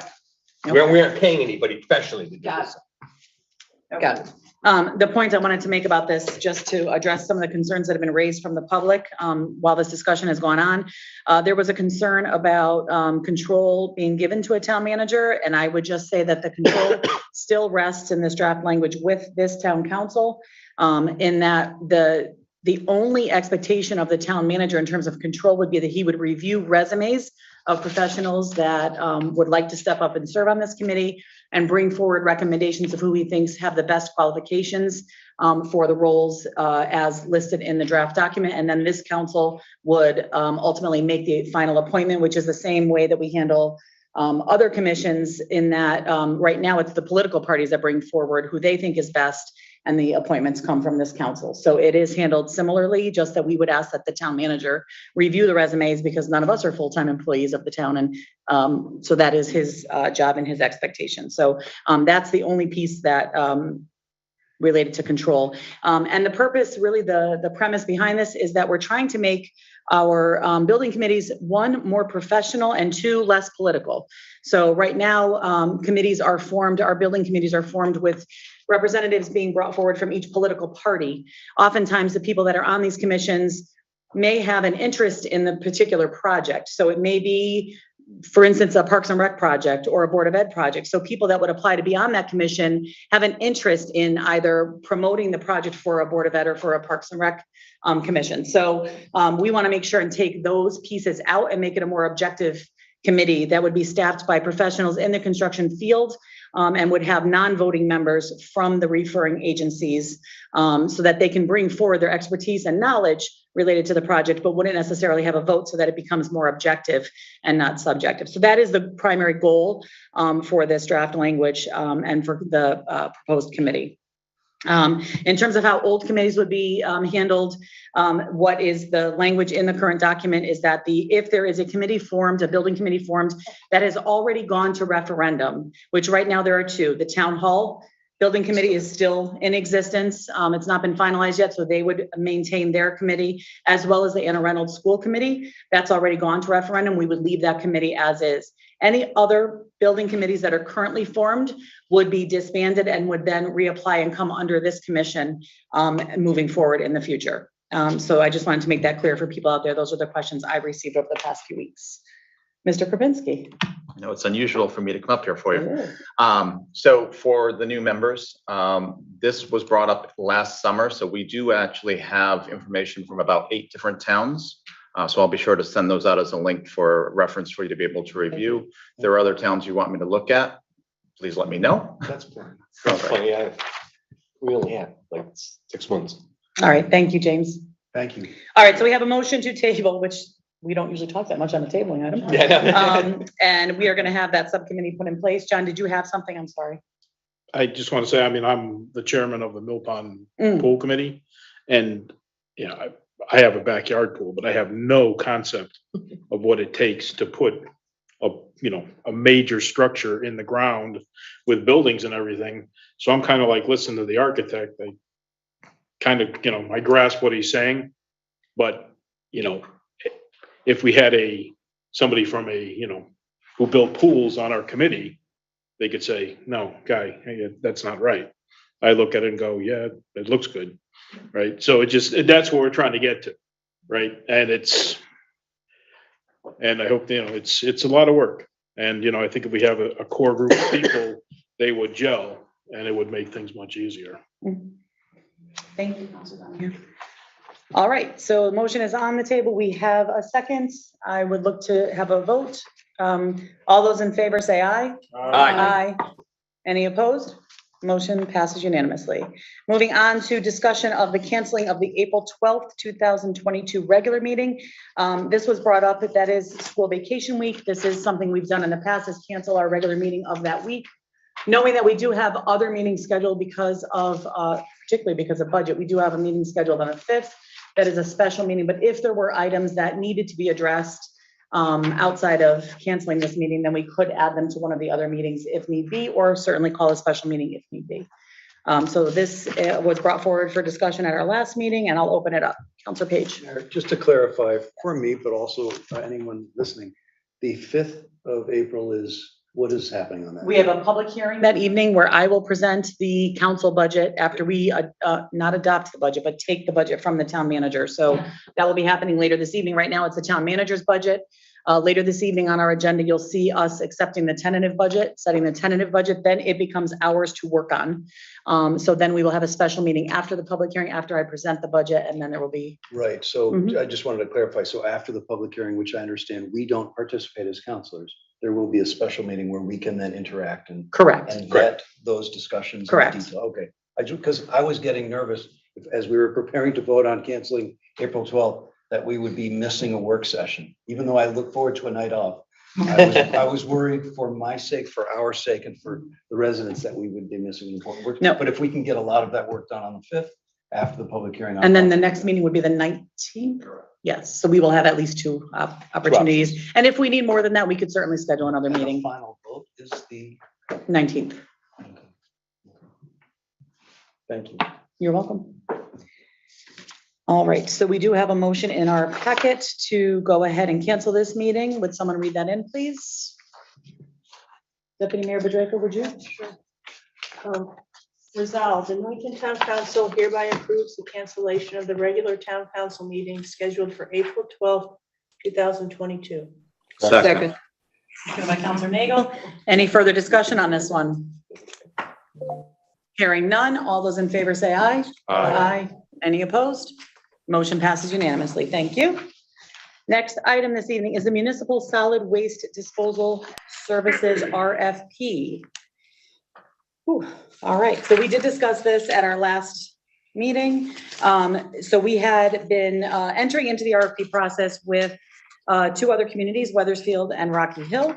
At the time that the RFP went out, we had a recommendation brought forward to us regarding this. I'm sorry, I'm struggling to find my papers. All right. The joint RFP went out with the three towns. The intent was for all three towns to come to a conclusion on what made the most sense for moving away from MIRA and into a new agreement. We did receive 6 bidders with 7 proposals, and our town folks met and reviewed, and the recommendation that was brought forward initially, what we discussed last week, was for CWPM. You will see in your packet the pricing that was brought forward from those that responded to the RFP. In our discussion at our last meeting, it had come to light that one of the 3 towns, initially it was Weathersfield, had moved in a different direction and had chosen to go with the Murphy Road proposal.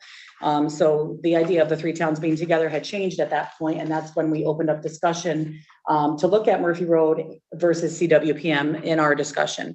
It has now come to light that Rocky Hill has also chosen to go in the direction of Murphy Road. Just for the council's notification, I'm not sure if everyone knew that or not, but Rocky Hill did take action to move with the Murphy Road contract. I will say that the discussion that we had last time, just to remind everyone, or for the public's sake, one of the concerns was some of the fixed versus variable costs in the 2 contracts that was brought forward. So I will open it for discussion at this point, and I do know we have some folks on the call. I'm just gonna look and see who's in the windows.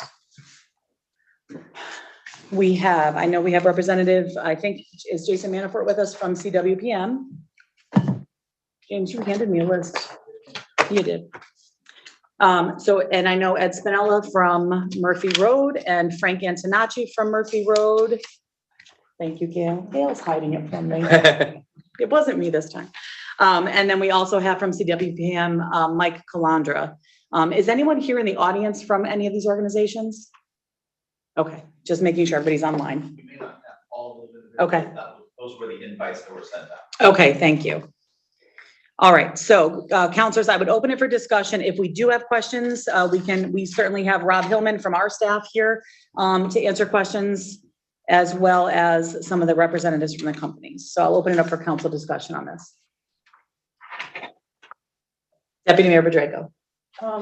Yeah, now that, when I first heard, I guess this is for Rob or Keith or whatever. When I first heard that we were going out with the 3 towns with a joint RFP, I guess my assumption was the 3 towns moving together would get some kind of discount. But then after last meeting's discussion, it seems that the towns really can go their own way and choose their own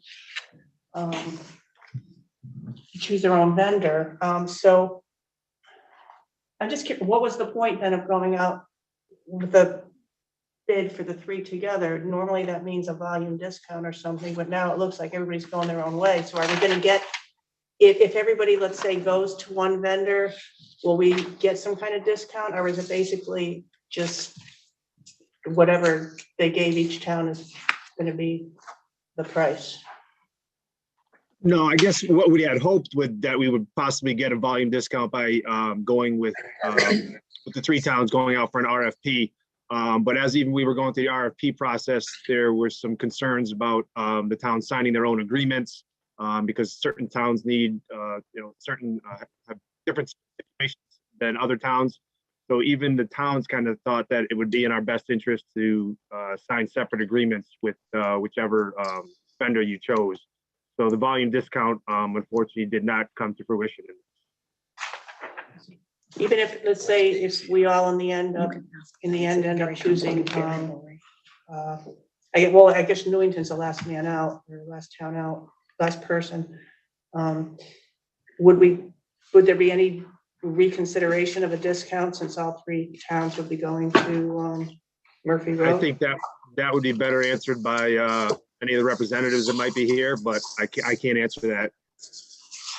So I do see on the call, and I apologize, I have a lot of screens open. I do see Jason Manafort as well as Mike Calandra from CWPM on the call, and I do see Jonathan Murray from Murphy Road on the call. So if any of you would like to respond, you can certainly let us know, and if not, we'll continue to take questions. All right. This is Jonathan Murray. Can you hear me? Yes, we can. Go right ahead. Our proposals were responsive to give towns the best rates we could for these services, and we think we were very responsive and very budget friendly for the towns in the way we presented them. So we feel our offers stand firm as they are and are good offers. Thank you. Thank you, Mr. Murray. All right, other council comment. Councilor Donahue. Yeah, I'm looking at the proposal. I did bring my packet from the last time, but I thought there was only one fixed pricing proposal in the original document. Now there's two. No, it's the same information that we had last time. That's what I'm looking for. Take as you are. James, I'm thinking about a cheeseburger too. Did you make that? Thanks. Yep. I got mine. Got yours. Rob, were you going to respond to that? Did I hear you? Yeah, I was just going to say the Murphy Road did offer the fixed rate for the 4 years, where CWPM offered a fixed rate only for the first year, and the rest, the remainder of that agreement would be for the ACR, the variable rate. Rob, can you? I know it's difficult, but can you try to explain that ACR piece? I know that's the variable piece. Actually, I would like to defer to maybe Jonathan Murray or Jason Manafort. They're the experts. They might be able to explain that much better than I can. Okay.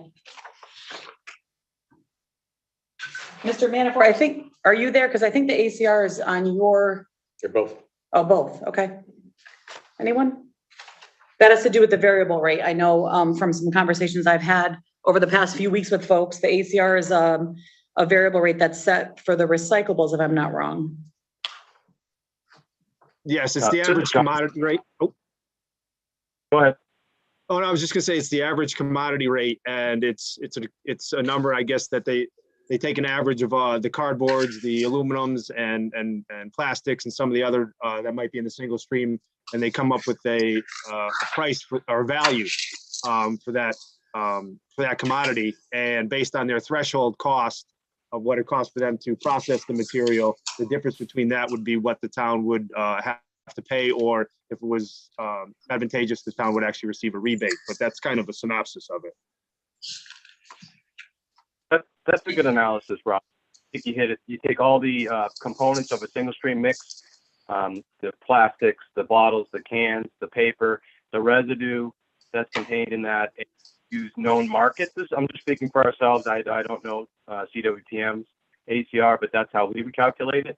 And if there is a value, you subtract it from the base processing fee, or if there is no value or a cost, you add it to the base processing fee, is how many ACRs are handled.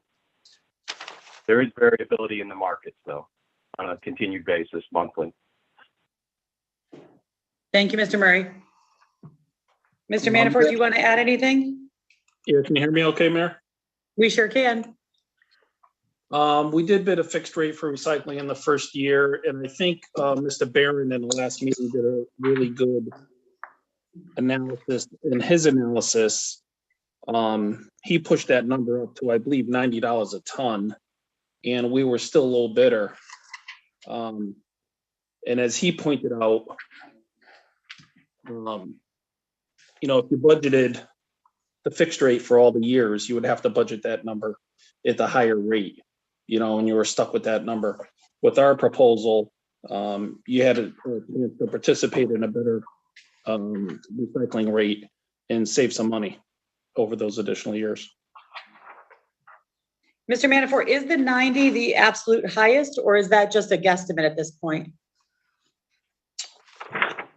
That, according, you know, we agree with the way he did it. He took the worst case scenario and used the worst case scenario, and we were, you know, our price was still cheaper. And we thought it was you know, on his point, a good analysis of it and a very conservative approach to the way, you know, to look at the numbers. You know, we understand that towns like, you know, fixed numbers and you budget it and you're done with it. But I think there's some chance to save some money with the way we proposed it to you. So I'm just trying to understand. I'm trying to make sure I understand. So when you say worst case scenario, is that 90 the absolute highest, or is that still an estimate and it could go higher depending upon the market? I can't predict the market. I mean, the $90 was a very conservative worst case scenario. You know, our fixed rate for the first year was $75, which is still higher than the average. So $90 is even higher than that. So, I mean, could it go higher? Yes, I don't have a crystal ball. But again, even at that $90 number, when he did his analysis, we were still cheaper. And like I said, you had a greater chance of saving some money with that. You know, the approach, the way he analyzed it. I mean, that's my opinion. Okay, thank you. Mr. Donahue, were you done? Okay, Councilor Mankey? Yeah, I guess a comment, I always prefer fixed in my personal life when I'm doing things with the house over variable. Okay, thank you. Mayor? Yes. Have I'll address the presenters, have condominiums and apartment complexes with multiple trash, unit trash bin barrels been consulted or considered in how this will affect them? This is not for the pickup at the houses. This is for the disposal after it's picked up where we bring the trash. So it's a little bit different than what you're thinking of, I think. Okay. We have a hauler for that, and that currently is Trash Away. That's a different issue. Okay, so this would be from what? So right now our trash goes to the facility called Mira, and we're looking at whether we want to stay with Mira or move to a different way of handling our waste. Thank you. Rob, was that a good way to explain it? Just making sure. That is correct. You nailed it. All right. Thank you. You're welcome. Any other council comment or question, thoughts? Councilor Mankey, you expressed that you would like to see more of a fixed rate. Councilors, I would have to ask that we discuss at this point which we would like to go with so that we can create a resolution to move forward with this evening. Based on our discussions last week and today. Councilor Donahue? Just so I'm making sure the numbers are right.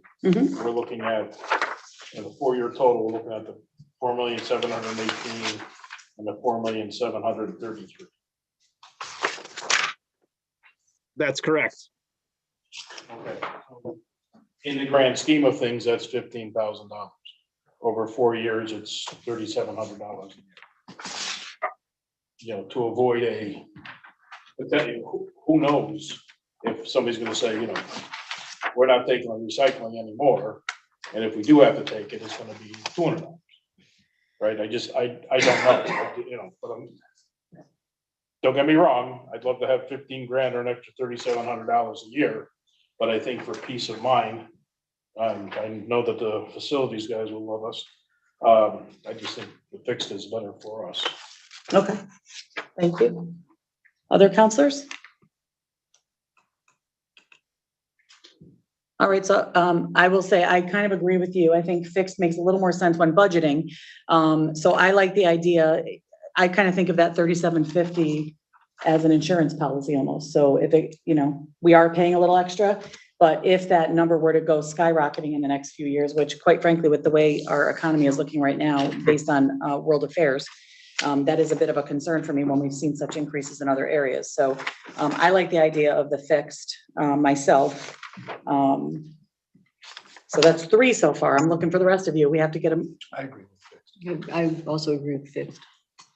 All right, so we do have a motion in our packet this evening.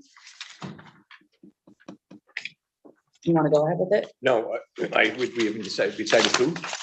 If we're going with fixed, then I think the Murphy Road is the one that we're talking about. Is that, I'm looking for a shake of heads. Do we, Yes. Mayor, do we need Yes. 2 motions? Do we need one fixed versus, No, it would just be, and then one for the specific hauler? yeah, the motion in the packet. Mayor, this is Jason again. Can I add one quick thing? Sure, go ahead, Mr. Manafort. I mean, you're talking about like worst case scenario and we can't predict the future and, we don't know where this is gonna go. I mean, if at some point the recycling is worthless, let's just say that's the worst case scenario. You could use the trash price as the recycling price and throw it away. I mean, we know that's not what we want to do and that's definitely not the goal. You're recycling for a reason, but you're talking about a catastrophic issue here. You could use that price as your cap. It wouldn't make sense to spend $100 and something, when you could, you don't want to throw it away, but that really should be your cap. So it's not anywhere north of your trash number, if that makes sense. Okay, counselors?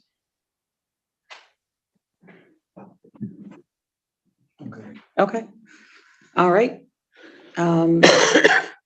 Counselor, oh, sorry, I'm hitting buttons all over the place here. Counselor Menke, do you want to go ahead and read a resolution? From Murphy Road. Mhm. Resolved, Newington Town Council hereby authorizes Keith Chapman, Town Manager, to enter into a contract with Murphy Road for municipal solid waste disposal services for the period beginning July 1st, 2022, excuse me, through June 30th, 2026. A copy of the executed contract shall be attached to this resolution. Is there a second? Second. Second by Counselor Rada.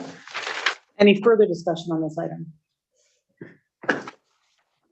I know this is a tough one because we started out with 3 towns moving in one direction and it seems like all 3 are now shifting into a different direction. And that's never easy to kind of figure it out on the way like that. But I think based on our discussion last week as well as this week, I think that we're making the best decision we can as a council for the town. And so I appreciate the dialogue along the way and considering difficult decisions. Any other council comments? Councilor Donahue? Do we have a council Mira or is that just? Yeah, because I thought we were going to have that this evening. Rob, do you want to answer that? Well, as part of the contract that we have with Mira, it's simply a termination letter that we have to send them, which has already been drafted by the town attorney and James myself. So I don't believe we need to make a motion for that. Okay, so once we take action on this, then that would, once we take action on this, that would indicate that you're going to move forward with that letter. That is correct. Okay, thank you. All right, we have a motion and a second. All those in favor say aye. Aye. Any opposed? Motion passes unanimously. I would like to thank both Murphy Road and CWPM for their part in this process and for answering all of our questions. Thank you both. I would also like to thank town staff who did a lot of work to get these numbers and information to us. I appreciate it. Absolutely, thank you. All right, we will move on now to resignations and appointments. We have one resignation this evening from Economic Development Commission. Counselor Menke. Resolved, Newington Town hereby accepts the resignation of Maria Payne as a member of, Economic Development Commission in accordance with email correspondence dated March 14, 2022, effective immediately. Okay. Seconded by Counselor Nagel. Any discussion? I would just like to thank Ms. Payne for her service over the years. She's served on a variety of commissions, and I appreciate her service on this one as well. Any other discussion? Hearing none, all those in favor say aye. Aye. Any opposed? Motion passes unanimously. Next item is refunds. Approval for the March 22nd refunds for an overpayment of taxes. Deputy Mayor Bedrejko.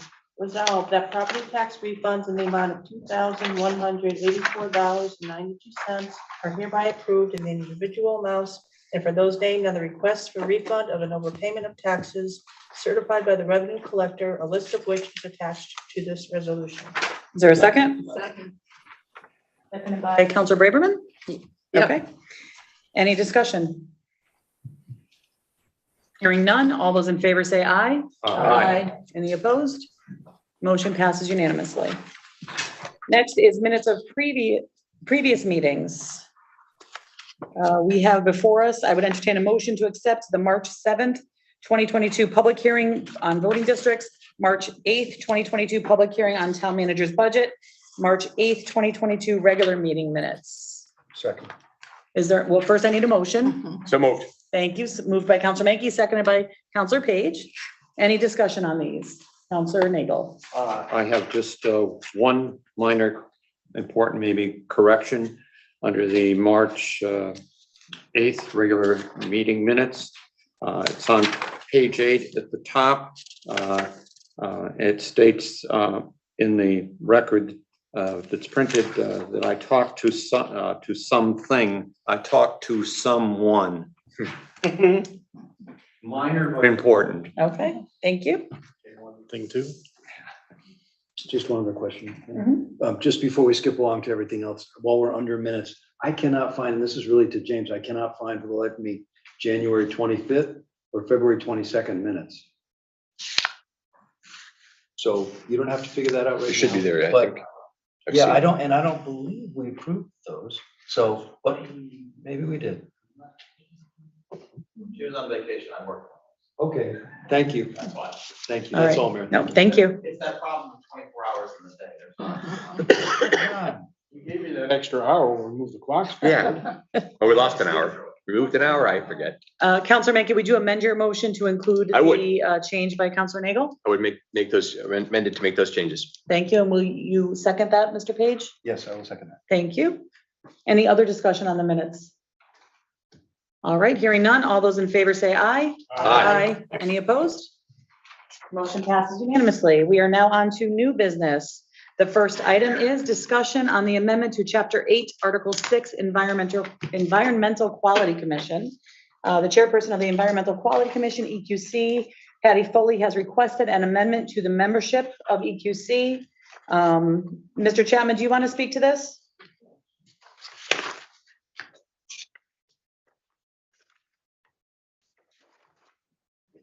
Mr. Chapman, are you there? I see him. I know, I see him. Okay.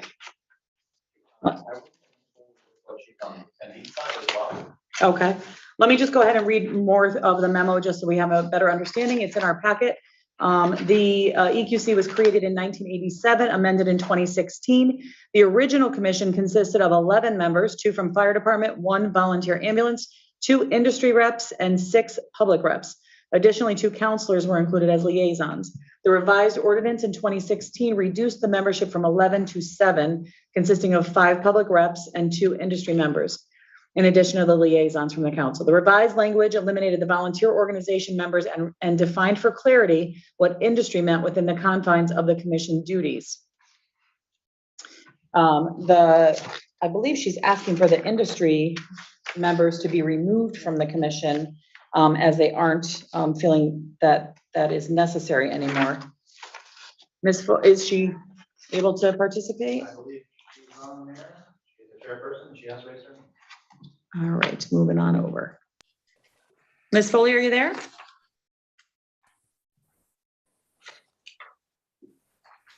I'm here. There you are, Patty. Welcome. Do you want to go ahead and give us some information on what you're looking for? Yes. When this ordinance was, or the ordinance is put in to create the Environmental Quality Commission, which was more than 20 years ago, it was a smart move to how it was organized. And then in 2016, it was reduced to a more friendlier number of 7 people, but still keeping the 2 industry people. Since at that point to now, the 2 industry people, we've never had them fill the position. There's nobody out there that wants to come to a regular meeting unless there was something that they had to do. In the meantime, the town has evolved, and it has those people involved, whether they're staff members or on other areas. So it would be like a duplication. And then one of the other items is making sure that we actually get people involved who are meeting the charge of this commission to advise, to find things, and to work so that we can be an environmentally friendly town. And those 2 seats are extremely valuable to actually have volunteers. Obviously, we're all volunteers, but volunteers come forward so that we can go forward. One of the things right now is we couldn't even get a 5th member, so there was 4 of us. And if one of us was empty, we always have to cancel our meetings because we never had a quorum, which makes life very difficult. So this allows a little more flexibility for the group to work. And as you can see in the red line copy, it really is just removing that definition at 8-31. It removes the mention of the industry member in 8-22. And James, can you go down? Oh, no, back in 822B, there's also a, to remove that again and changing it from the 5 public members to 7 public members. So we're doing a little housekeeping. And I think on the last page, was there something else?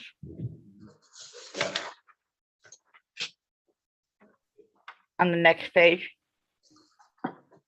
That's all. I got 2 822. Okay, it's just slow. Yeah, just. Oh, all right. No. No, and the only thing was then in 8-22, we have updated the date so that we continue to keep the members on. It's a 4-year appointment when you go down this board. And even though part of the members will come up every 2 years, the other 2 years, so we don't lose folks in here. So anyway, that's what we're just looking to take a definition out that is really duplicated by the virtue of the town staff that are responsible for those things to begin with. Okay. Thank you, Ms. Foley. Are there? Hope that helps you all. Yep, definitely. Thank you. Counselor Page?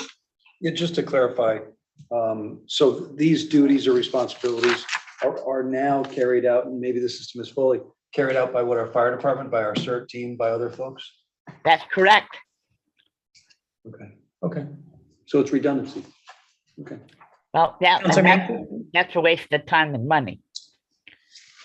Counselor Mankey? So really, we're just taking 2 members of this committee and changing their definition, but leaving them on the commission. And it all boiled down in a nutshell, right? Okay, thank you. I see no problem moving this on then for consideration next meeting. So we would have to set up a public hearing for this or no? Yeah, because this is an ordinance. We do this on the 5th? It seems like easy. Pretty simple and easy. So we have a special meeting scheduled for April 5th, Ms. Foley. So we are considering adding this to the April 5th agenda. It would be to introduce the language and then set a public hearing for it. Okay, and that would then be generally carried out before your next meeting? It'd be one of those short public hearing type things? It would be a short public hearing. No, our next meeting would be to introduce the language and the one then set the after public that. hearing. Right, so it would most likely be at the 26th, I believe. Right. Okay, that's fine. That's what I understood. Okay. But we'd have the public hearing, and that's usually what you hold before a town council meeting. A regular meeting, of right? which depending on what happens in that meeting, you could actually act in your April 26th meeting? Yes, correct. Typically, it would be a public hearing right just prior, and then it would be added on the agenda that evening for consideration of action. Excellent. Okay? Thank you very much, councilors and mayor. You're welcome. And the town manager. Thank you, Ms. Foley. And James, You're can you just welcome. make sure this Bye. language is run through the town attorney? I would appreciate that. Thank you. What's the matter? Nothing. Okay. Never mind. You have a question? I'm sorry. No, it's not quite, it was a comment, actually. Well, go ahead. Well, no, it's someone who's been the liaison for the past several years, just a little bit of historical background. Now these positions are duplicates, but when the commission was formed in the past, we didn't have like, a lot of it had to do with the underground oil tanks and storage tanks and whatever, and we really needed the duties fell to this particular commission for the environmental hazards and the issues. But then when we got more staff involved, because the issues became more complex and convoluted, these duties and these oversights and this dealing with the states was transferred to actually professional staff, such as the fire department, such as town engineers or the town manager. Because again, of the state regulations, whatever, it was no longer like a volunteer board. So these two positions required industrial expertise at the time, but now as the charge sort of the environmental commission changed the past several years, because they haven't had to be involved in such complex and environmental damage, oil spills, whatever issues, the commission has leaned more towards a townwide, making the town more conscious of environmental actions and impacts that residents can take or the town can take in terms of reducing environmental impacts just on a more global basis and not really as a hazardous, a first call in terms of hazardous activities. So getting these two positions changed to where you don't need to have that industry background, you can get more residents involved who are concerned and committed about making Newington a greener community. Thank you. Thank you. All right, so we will move this on to, oh, Patty's got her hand up.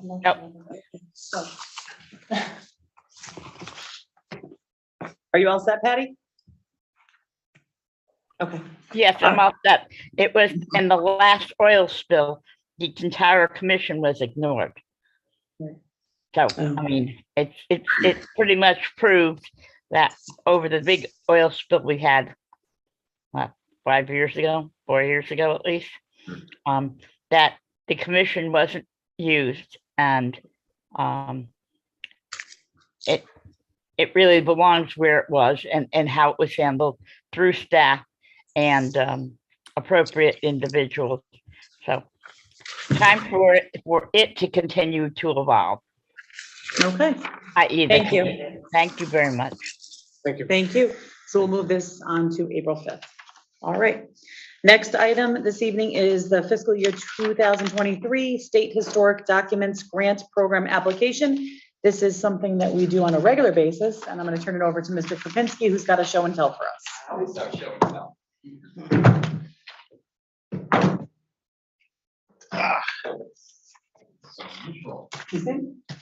Good evening, all. So this year, we are in the process of back scanning and recreating volumes. We actually started that project a few years ago when we did the military discharge. This is one of those volumes where we started the recreation of that booklet, which originally is this. You'll notice sizes are almost identical, but this book will hold 2 books versus 1.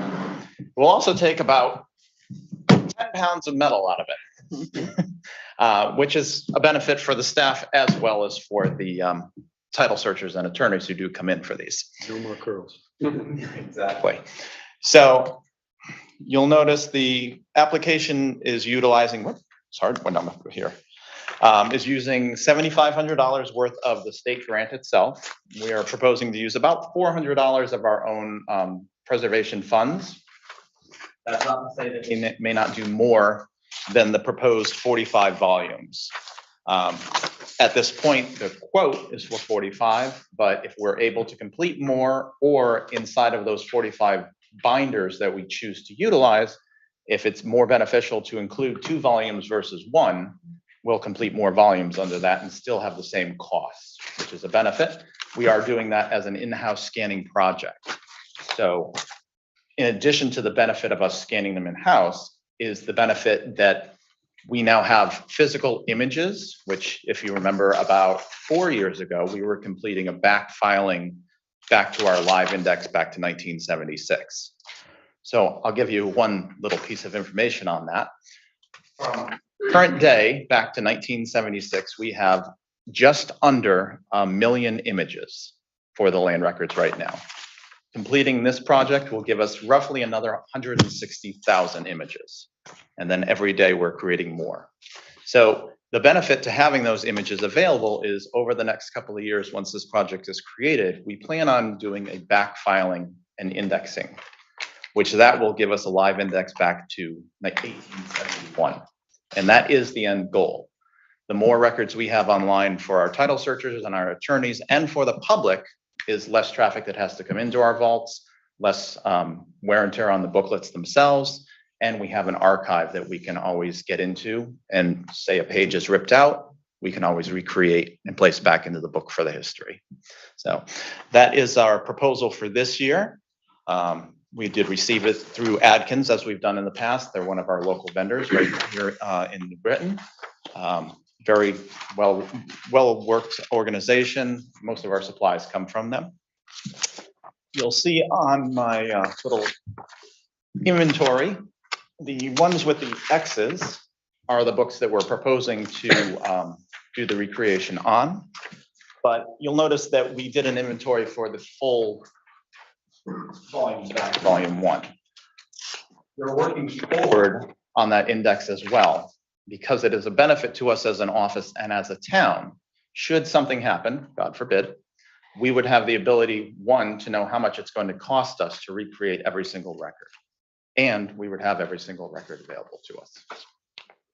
So that is our benefit to this project. And I'm available for any questions. Who does all the scanning, all the work? It We seems will do it in the office. labor intensive. Actually, it's not that much. I actually did the last project mostly on my own. It was 200 and I think 62 volumes that we turned over to them.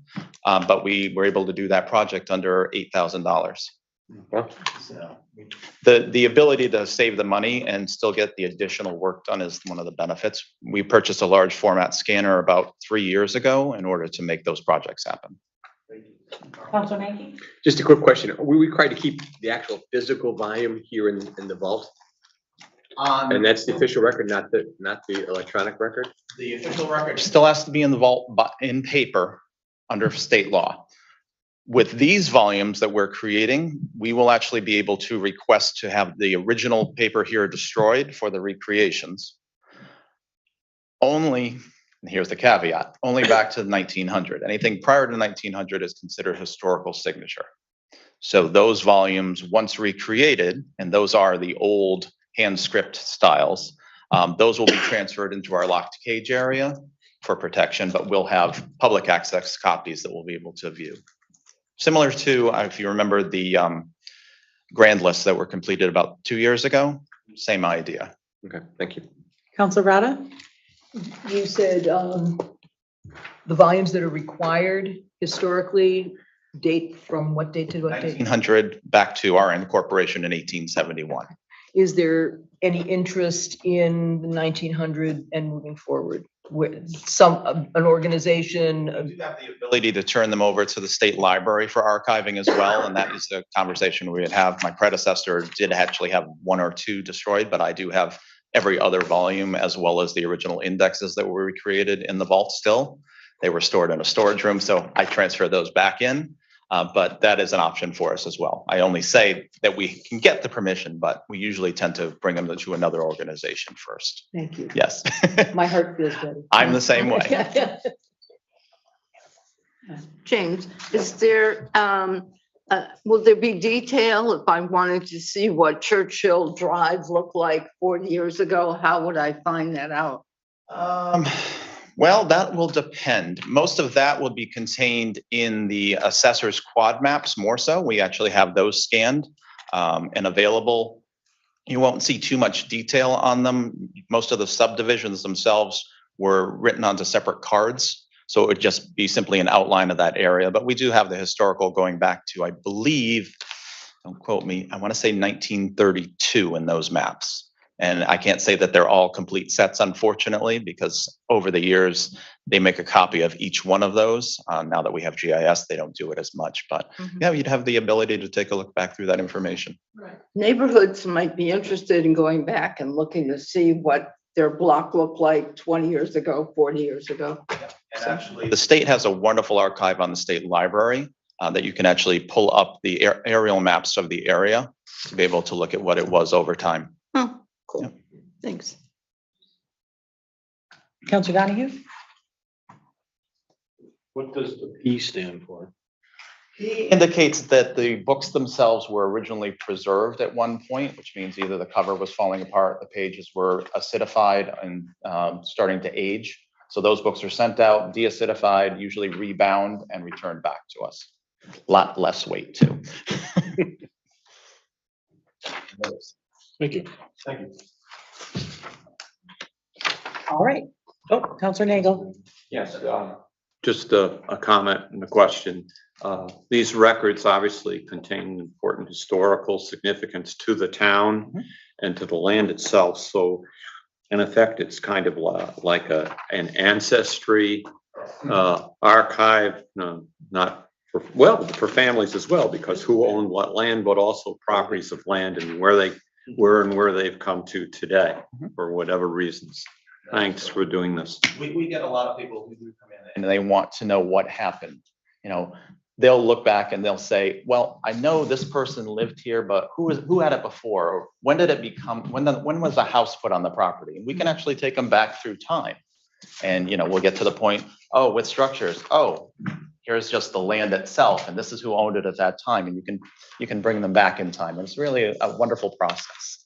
I know that given that this was our 150th anniversary, that it became very important. And some people did some documentation for me, and because I was on the historical walk in terms of certain properties and where it was to validate indeed what we were saying was the truth. So thank you. All right. Thank you, Mr. Kropinski. We will move this to our next agenda for consideration. Thank you. All right, next item is the annual Fair Housing Month resolution. So since 1993, the town of Newington has been the recipient of grant funding through the Small Cities Grant Program. The program assists in funding the town's housing rehabilitation loan programs, as well as infrastructure and other improvements to Newington's housing stock. As a recipient of such grant funding and potential future applicant, the town of Newington documents its commitment to the principles and practices of fair housing through the adoption of an annual fair housing resolution. This is something we do on an annual basis. Following the adoption, the resolution will be included in the town's Small Cities Fair Housing Plan component. In addition, the town planner will be forwarding letters to local lenders and real estate professionals, encouraging their continued commitment to fair housing. There is a draft of the official resolution. We would be looking to take action on this at our next meeting. I will open it up for council comment or question. Okay, I think we're all set. We'll move that to our next agenda. Thank you. That is, as I mentioned, an annual action that we take. All right. Next item this evening is the high school roof replacement phase 1. I will turn it over to Mr. Chapman. Yes, thank you very much, Mayor. As you all know, we've been talking about the roof at the high school for at least several years. We did some work last year to seal up some of the leakage in some of the rooms. And we're now facing the opportunity to do the remaining portions of the roof that need to be replaced with a 30-year warranty program. And we have an opportunity to install a new roof on most of the building. We would not be seeking reimbursement from the state. We looked at the cost of doing it as we did last year versus going through the state reimbursement program, and the cost was significantly higher if we use the state reimbursement program versus just doing it on our own without any expectation of reimbursement. So we're faced with a situation right now where we know that some of the roof is leaking in some of the areas. We'd like to get that portion of the roof replaced during the spring break in April, and then do the remainder of the high school during the summer months while school is not in session. We've gone out and sought quotations from a number of roofers. The low quote that we've received is from Silktown Roofing, which was the same company that did last year's work on the high school. And what's good about this particular company is that they are guaranteeing that they will have the materials available now and through the summer. The materials, like everything else that's going on in this world, are becoming very difficult to obtain. They've assured us that they can provide the materials and get the roofs done through the summer break and through the spring break. So by the end of, we'll say, August, we will have a high school that has a roof that will last another 25 or 30 years minimally. So Joe Salomon is with us tonight. He's our facilities manager, and he's done most of the research on this. I've talked with the superintendent. She's in agreement that if we can get this work done over the next several months, that would be ideal, particularly with the roofs that are currently leaking. We would do those during the spring break in April. The cost of this is not, it is significant. We're looking at a total of about $2.5 million of non-reimbursable money. If we went with reimbursable, we're probably looking at $7.5 million. So we would like the council to consider taking action at their first meeting in April, special meeting, to allow the purchase and services from Silktown Roofing for $950,000 as the first phase of this program, with the understanding that the second and third phases will happen after July 1st. And we will get this roof done in a timely manner. If we do not proceed in this direction at this time, there's a good likelihood the roof will not get replaced this summer. So we are seeking a bid waiver. We feel very comfortable that Silktown is providing the best proposal, and have guaranteed us that they'll get the job done. And they did extremely well on the job that they did last year. So we're recommending that the council take an action in early April with a bid waiver to allow this to go forward.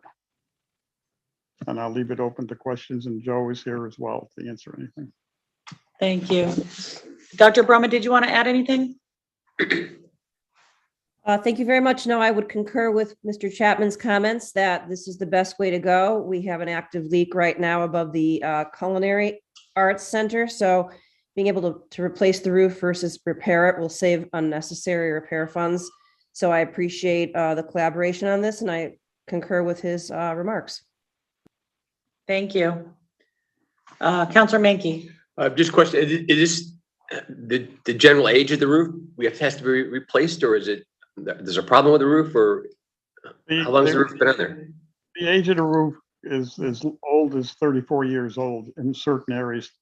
It's well over its life expectancy. So we're fortunate that we're catching it now. I mean, if we let it go any longer, you could have problems throughout the whole building, and we certainly don't want that. Right, okay.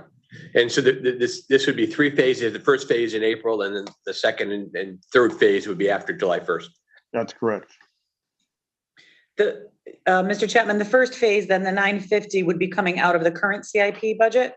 Yes, we have funding there that will cover this proposed cost.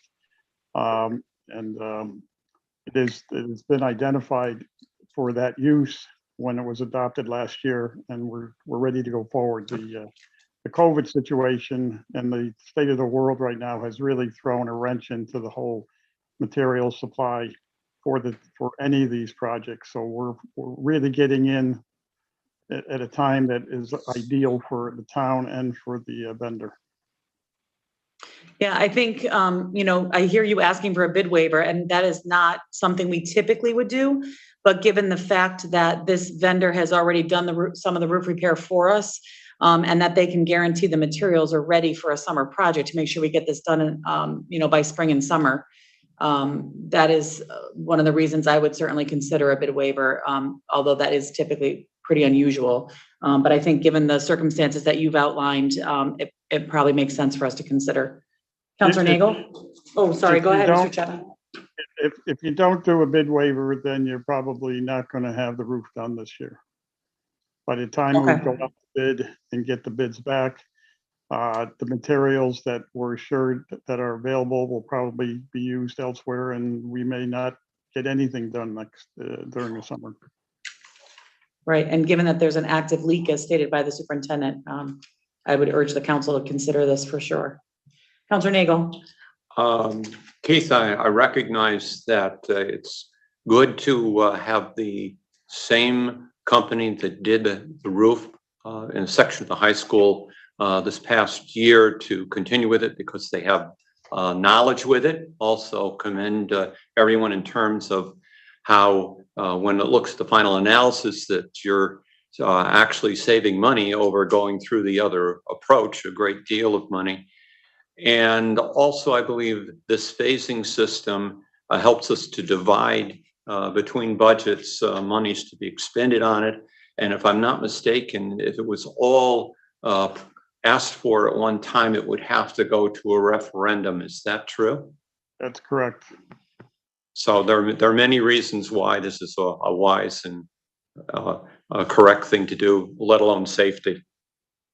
Thank you. Yes, in July, you'll be asked to do 2 additional bid waivers to complete the project with 2 different vendors. But the vendor, Silktown, is working with another company on the sheet metal that will have to be installed and so forth. So you'll have 2 different companies working together after July.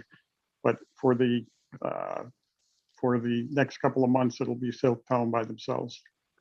So that will continue to divide up the monies so we don't go over that amount that would require a town referendum, and that's correct. Also would delay the process as well. That's correct. Deputy Mayor Bedrejko? So the money really has already been, budgeted for. It's in this year's budget for CIP for phase 1, phase 2, and 3. And I'm very sorry, but I haven't memorized CIP for next year, but I'm assuming it's phase 2 and 3. You proposed in the CIP for next year for covering this expense. Yes, that is correct. That's already in the proposed budget for next year.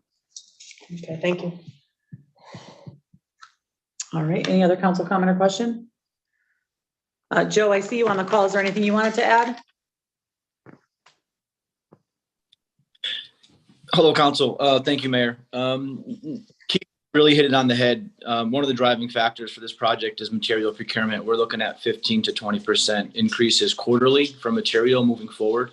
So it's really imperative that we keep that in the forefront. It's going to save us a lot of money in the long run. Okay, great. Thank you for pointing that out. Yeah. All right. Any other council comment or question? All right. We will move this to our next agenda for consideration. Thank you. Thank you. All right. Next, we've been waiting for this, the department budget review. We have first on board the Board of Education. Mr. Fletcher, are you going to join us for this as well? I'm sure the superintendent will be doing it. And I know we have several members of, from the Board of Education here in the audience, and you're welcome to come up and join us if you'd like. And I would like to extend an apology. I don't think any of us knew we were going to have an hour of public participation this evening. And while we always welcome public input, we would have been looking at 8:30 for y'all. So I apologize that it is 9:30 and we're starting. But we're very grateful that you stuck with us this evening. So we are going to be reviewing the Board of Ed budget presentation. Ms. Brummer, are you going to take the lead on this? Yes, I am. Thank you. But I am joined by Dr. Fletcher and Steve Parisi and Lou Giacomowitz. My apologies for not being there in person. I'm under the weather and did not want to inflict that upon anyone in the audience. So I will start my remarks and appreciate your attention. And I apologize if everyone's a bit beleaguered after this long meeting. So I want to start off with celebrations. Can everyone see my screen okay? Yes, we can. Perfect. You know, I think it's important to celebrate what's going well in our district, and there are many, many things, such as our continually successfully navigating the pandemic. We're hoping it's getting to be in the rearview mirror, but you never know. The Anna Reynolds project continues to progress on time, and we're now going out to bid for construction folks, so it's very exciting. Our pre-K program has nearly doubled their enrollment over the last 3 years, and we have appropriately integrated classrooms. Our equity work is doing really well in the district, and it's expanding and becoming deeply embedded in all of our schools. Our teachers continue to work tirelessly in their professional learning communities to analyze student data and develop successful strategies to improve our students' achievement. We've done a great job this year live streaming a lot of our events, especially in light of COVID, and it's been extremely successful. And a lot of our sporting events this year, many of which were exciting events, were live streamed. And I did want to share, and I do want to extend my appreciation to the town. We collaborated with you on the CGI videos, and I wanted to briefly show, and I promise they're brief, the outcome of the ones that we did. And it was wonderful to have that opportunity. So I'm hoping this plays okay. James. Yeah, I agree. That was a great opportunity. I'm glad we took advantage of that. Absolutely. We're using these are housed now on our website. Now let me make sure this is going to learn, grow, and achieve at their full potential. Originally founded in 1934, today Newington High School is an NEASC accredited school. Under the leadership of Superintendent Dr. Maureen Brummett, we equip students with the skills, knowledge, and experiences they need to become lifelong learners. With a focus on educational equity and a strong foundation in core academic subjects, we ensure that every student is well prepared for the future. Career and technical education programs are available to explore medical sciences, aerospace and engineering, journalism, communications, culinary arts, and more. With a wide variety of athletic programs, an exceptional marching band, nationally recognized music programs, and a remarkable theater program, our students consistently excel and make our school proud. Some clubs and programs I'm involved in are DECA and Student Council, and I enjoy that they give me the opportunity to get involved in the school community and work with a variety of people from the district to plan community service projects and events for our school. Whether in the classroom, on the field, or on the stage, we help students thrive and succeed at every level at Newington High School.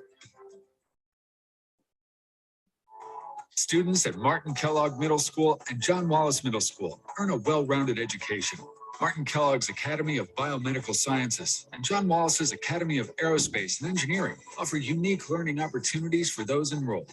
From both schools' advanced television studios to drama clubs, music programs, and numerous other extracurriculars, students can explore new interests and share school spirit.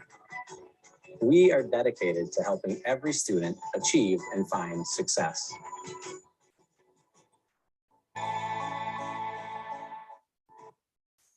A strong foundation in early childhood education begins in the Newington Public Schools. Across 4 exceptional elementary schools, we offer rigorous and relevant learning experiences for pre-K through 4th grade students. Led by dedicated teachers and staff, children have the support and opportunities to grow and thrive academically, socially, and emotionally. From exploring core subjects to athletics, music programs, and more. At every age and grade level, we believe in setting our students on the path to success.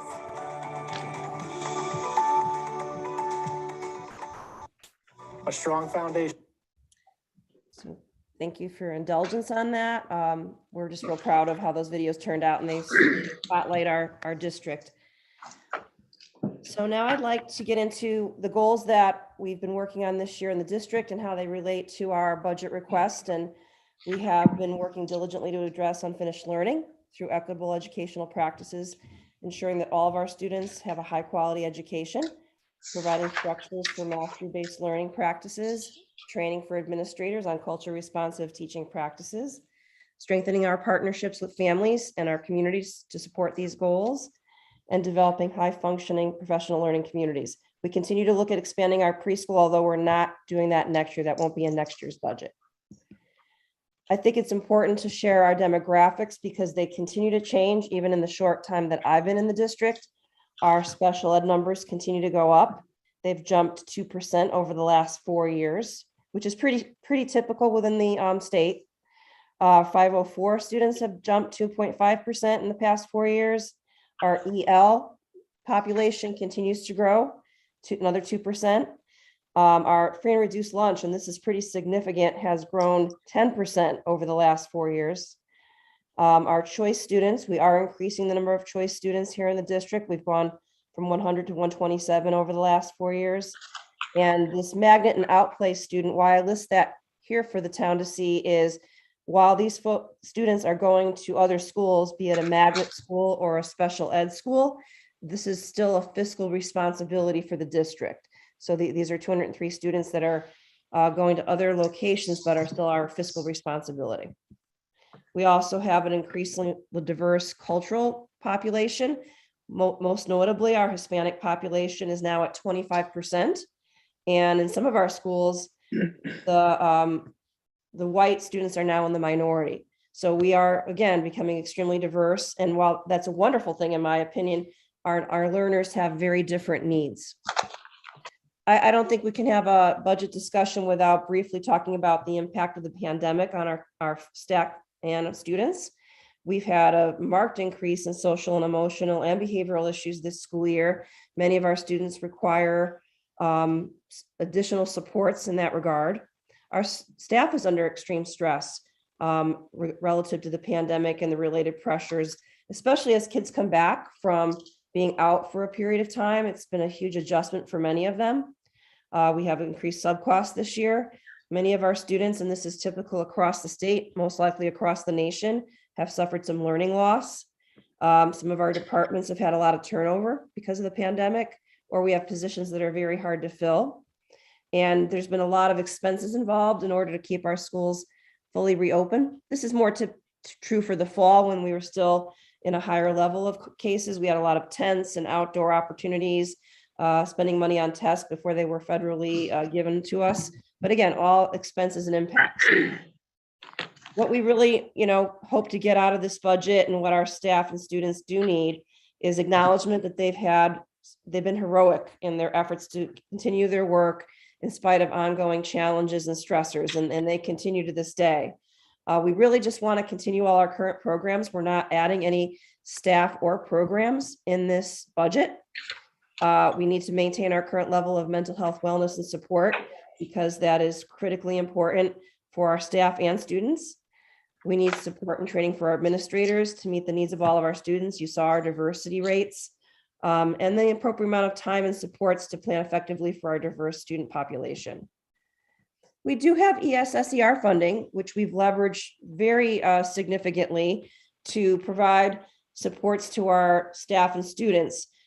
So it's important to know, though, that money cannot be used to offset operating budgets. So the money that we've received for our ESSER grants has been leveraged in many ways towards staffing, but that isn't something that we can use to backfill our operating budget. Some of the minimal increases or improvements rather we're making next year is adding 2 new UConn ECE courses. One is If You Love It, Teach It, which is hopefully getting some of our children interested in teaching at the high school level, and Contemporary Issues in Sports. That's going to be a really exciting class, giving students a background in sports management. We did have some materials for our math curriculum that we did cut in the first early rounds of the budget process. We still have a minimal expenditure for reading curriculum at the middle level And we are hoping to run a summer credit recovery program at NHS, mostly grant funded. These are some of the things we would have liked to put in the budget, but we did not because we were, certainly under the impression and that there'd be minimal budget increases this year. So though these would have been nice to have, we did not put them in the budget. And in brief, we wanted to expand our world language program at the middle level. We do have very large class sizes at the high school. That right now was not going to be remediated by this budget. And we are trying to offer more medical science progression courses, but those are on hold now. We could have definitely used another social studies teacher at the high school because of class sizes. We had a proposal for a director of career development, additional music support at both the elementary and high school, but we did not put those in the budget. I believe there was a really great job done already this evening about our capital request, specifically about the roof at the high school. That was the bulk of our town CIP request. The only other two items in there that we bear discussion are the security improvements. And I know this did come up at your Saturday session. The security improvements that we are seeking for next year would allow us to have an increase in camera coverage at all of our schools. That we do, as we go through the normal operations, find some blind spots. So we are planning on, or projecting a need to enhance some of our camera coverage. We've already done this year and in previous years what we call man traps. And by the end of this year, all of our schools, I should say probably this summer actually, all of our schools have man traps. In other words, a secure entrance where a visitor comes in and is not allowed to enter the school without having an eye on them by a front office staff member. All of our schools will have that except for Anna Reynolds, but that's included in the project.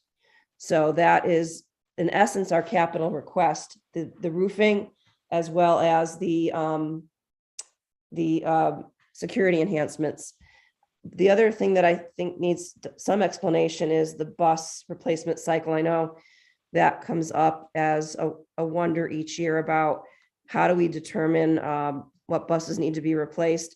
We had a very robust discussion with the board during their deliberations. And after much discussion about what would be the best way to proceed, they voted to go with an 11-year predictable replacement cycle, which in other words, kind of takes all of our bus needs in the aggregate and divides the cost evenly over time. So just for example, next year, we need 5 new buses.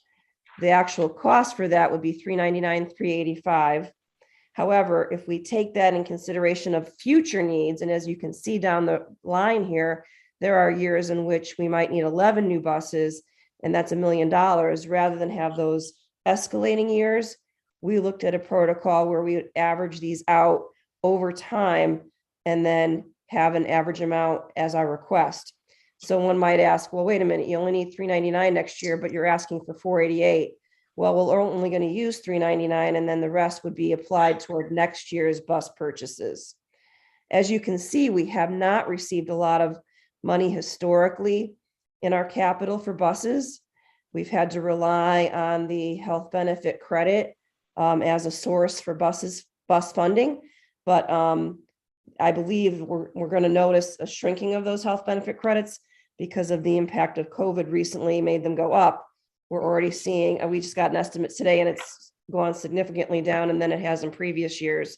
So we'd like to see this go into a more predictable expenditure, one that we can always count on and plan for. Right now, because we haven't bought buses, if you look at this school year, you'll see all zeros across that line. We have not bought any buses this year. And in fact, the 2 we bought last year just came in because I heard other discussions this evening about supply chain issues. Finding buses and getting them is a long process right now, and the price keeps going up, as with other items that I'm sure we're all familiar with. So that would be my recommendation. It's the board's recommendation as well to have an 11-year predictable replacement cycle. And the only other aspect of the capital request would be the board CIP. That is something that is really largely funded by the board through tuition reimbursements that we get from special ed open choice students, receipts from renting our facilities. So that is not really money that comes out of necessarily the town coffers, but just so everyone can see where that's going or predicted to go, it is important to see the income pieces. This is what comes in as revenue each year. And I wanted the town to take note that we are seeing an escalation in tuition receipts. You'll notice from this year to next, we see an increase in tuition from 600,000 to 800,000. And that is because we have taken more open choice children, and many of them do qualify for special education. So that money does come back and is deposited into the board CIP. Some districts have a protocol where it's applied to the operating budget, but here in Newington, through the ordinances, this is how it is applied. And then you can see school rental receipts are another source of income. Investment income is pretty minimal. And then obviously there's an ordinance about the $125,000 appropriation from the town. Here's how we plan to use the money for next year. This is this year's expenses. These are all either in process or done already, such as HVAC upgrades, the roof that Mr. Chapman referred to. We've contributed $200,000 to that. We also have a project going on at Patterson and Wallace to repave and expand that parking lot, and some pretty typical expenses here. For next year, we are looking at some similar expenditures. HVAC upgrades happen every year, and there's some legislation that may require us to do even more, but we're planning on 60,000. Carpeting, painting, playground renovations, technology, infrastructure, continuation of just general blacktop processes and projects, and then the district-wide vehicles, our maintenance vehicles that come out of this. So that's the nutshell of our capital expenditures. And let me go on to our next page. I do want to make sure that the town's aware that we do enlist a lot of cost-saving efforts to be as fiscally responsible as we can. I know that's an important factor as the town is trying to keep costs down across the board. We have spent a lot of time doing that. We understand the cost issues and the need to be economical in how we do things.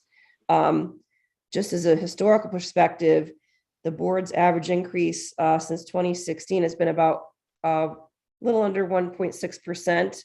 Since I've been the superintendent, about 1.03%. We leverage each year about 2.7 million in grant offsets to keep the cost to the taxpayers as low as possible. Some of the other things that have been happening in the district is special ed programming has been enhanced to keep kids in district, so we spend less money on out of district placements. We've also developed processes so we don't utilize as many paraprofessionals. We've had the early retirement program for 2 years running now. Each year, last year and this, we've saved about $150,000 in subsequent years' budgets by encouraging higher price staff to retire. We analyze as staff retire whether we need to replace them. This year, we will not be replacing one of our retirees. Obviously, that results in more work on other people. In this case, it'll make some of our staff have to travel to more than one school, but we realize it's a way to save money and still allow programming to continue. We've really appreciated the town's collaboration on our pre-K tuition. Being able to apply that to our operating budget really does save us the cost of about 2 teachers each year, or about $130,000. Lou's worked hard facilities-wise to upgrade our LED lighting to save money, other than Anna Reynolds, because they're in a project right now. We've renegotiated copier licenses to save money. We did not replace a communication position in 2020, which saved about $60,000. And currently we have deferred at least one position in our tech department to save about $30,000. When I first arrived, we did not replace a central office position, which saved $170,000. Obviously, everyone's workload has increased. We've also recently delayed the hiring of a custodian to save about $15,000. And I've had a budget freeze in effect for a good chunk of 2022 to reduce our reliance on the non-lapsing fund. As the town may recall, we've had to budget for using our non-lapsing fund this year to offset the 0% increase from last year. So again, we take it very seriously that we need to keep our costs as low as possible. Okay. Now, here's what the budget looks like. When we started back in, I guess that was November, it was 8.18%. And obviously we knew we had a lot of work to do to bring it down. So through a series of cuts and reductions, reallocation of revenues, reallocation of expenditures, we've brought it down significantly. Some of this had to do with getting more information about the cost of our health insurance, which continues to go down. I've been very impressed with how stable our health insurance costs have been in Newington. In my previous district, we experienced a lot of escalation in health insurance that we have not seen here. We've also tried to do some buy-aheads wherever we could. We've also put some of our projects into CIP so they weren't operating, removed any duplicate items. So we went through the budget, made sure everything was just counted once, of course. And this, toward the bottom of this chart, you can see we reduced positions. The board cut a lot of materials during their process. We did find out a few weeks back that there'd be another reduction in Anthem. And then finally, during the last budget session, we were able to count in the 3 people that are going to take advantage of the early retirement plan. We cut some more academic supplies, and the board cut some building repair items. So that brought us to 3.63, which is what was transmitted to the town. And here's some of the things that continue to be in play. The early retirement plan has been closed out, so we don't expect any more from that. Our budget freeze is still in play, and we're hoping that we use less than the $2 million that we had thought we would use from the non-lapsing fund. We don't feel comfortable reducing any of our budget items for inflation because right now there's no sign of inflation slowing. There is a chance that the choice revenue will go up, but the legislation is still pending, so we're not sure what's going to happen there.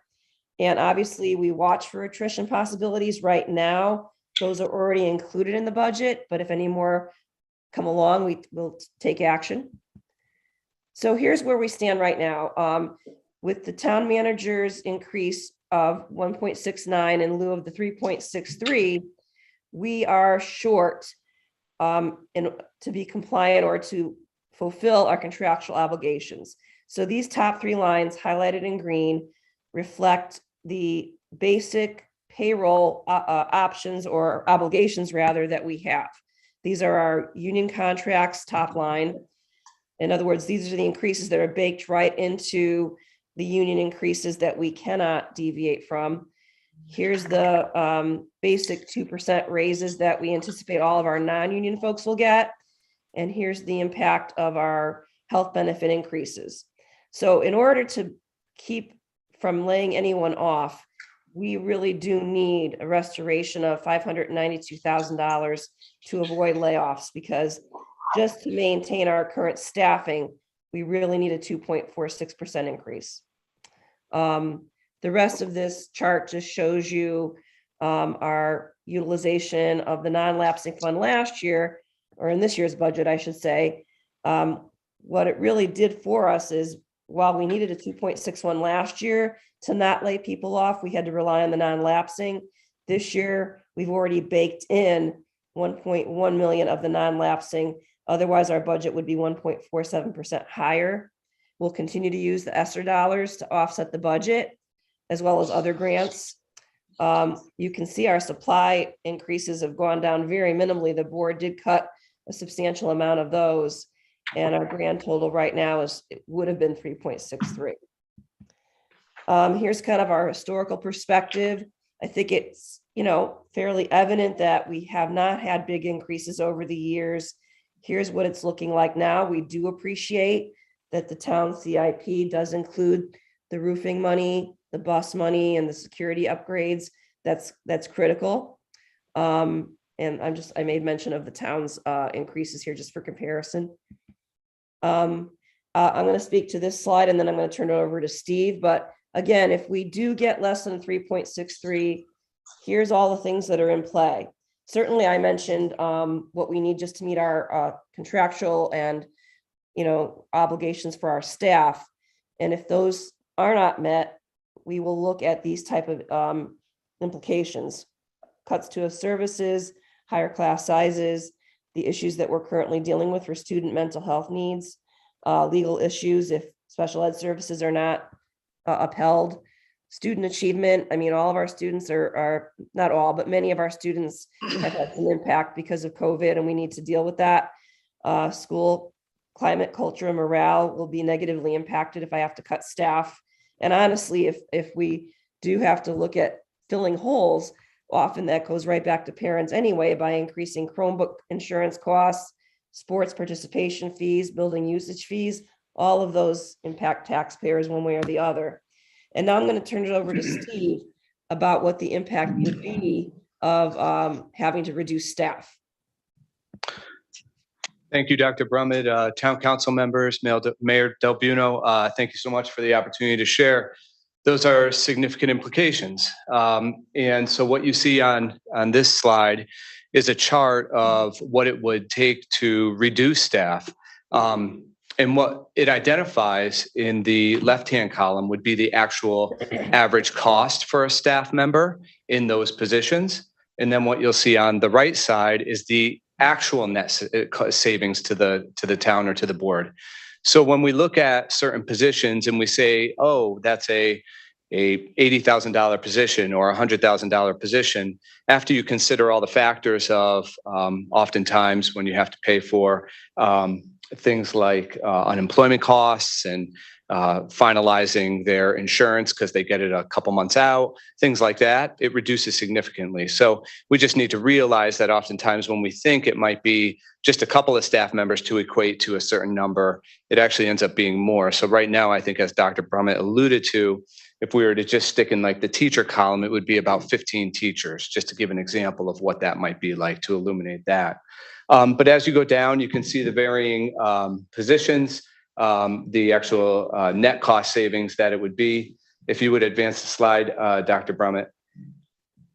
And these are some of the implications. As you know, we've invested quite a bit, as Dr. Brummett shared, in some of the more major areas that we need to focus on right now. So we realized through the pandemic that we've been most challenged by some of the mental health needs of our students, through the loss of learning, we'll call it, needs of our students.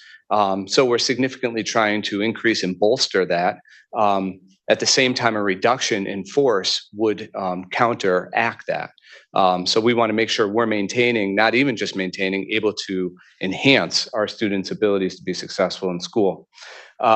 Similarly, Dr. Brummett alluded to, we've reduced about 2 years ago one administrative position. And so a continuous reduction in that would continuously lead us to trying to take on more in the amount of time in the day that I think James alluded to earlier. If we could get another hour, a couple hours too, I think that would be helpful to keep supporting all the staff that need the support that they need, but also addressing all the mandates that we're responsible to do. Our secretaries, as many of you may know, especially those of you who visit our schools, are the heart of a building all day long. It's hard to get a hold of them because they're so busy. And when you do, you're thankful because they make everything work for us. So again, a reduction in that just means deferring either things that need to get done to someone else and or not getting them done. And that just puts us in a bad place. If you could please advance the slide, Dr. Brummett. Thank you. Our custodians, as Dr. Brummett shared, we already are deferring right now the replacement of custodian to generate a little bit of cost savings. But our custodians already service a very high square footage. Our buildings are large, there are many, and our staff is excellent at what they do. But putting that burden on generally results in a need for more overtime, which then actually is, again, counterintuitive to the whole purpose of trying to save money. Our administrative technicians, as many are on the town side, we have those on the board side. They really do all the data work for us, all the organizational work for us on the third floor to make us be able to run the school board in the school district in an efficient and effective way. Our paraeducator workforce is already a very transient population. They're in and out. To be honest, the work is very difficult. And they are very skilled people generally who come in to engage in a difficult job for a very low pay and without benefits. And that's very hard to retain folks like that and to attract them right now. And so it's just constant turnover. It's requiring huge energy and efforts on our HR department. I happen to run that, so I know daily. So that's an area where continuous reduction in that area is only disservicing our students and our staff, our teachers who rely on the support needed to be able to group students and really provide for them. You probably know the same as both our tutors and paras and our permanent building substitutes or any substitutes. Right now, it's a national shortage in those areas. It's no different with drivers. Bus drivers is a national shortage area. It is very difficult to get and retain drivers. And so right now we're even offering free training for them to come to us. We'll get them ready, prepared to take the test.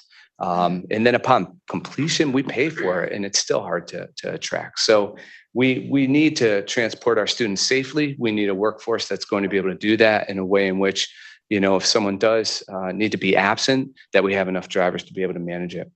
And equally, as you can imagine with our nurses, in like what has been said before, not only do we need to provide security around our buildings in the form of cameras and ways in which we can use technology to secure our buildings, but we also need to provide it in human services to support our buildings. And that's what these security officers have done. I think if you speak with anyone in our buildings about their role, they would say that they are much more than security officers. They are now a heart and a pulse of that building, and they help keep everyone safe.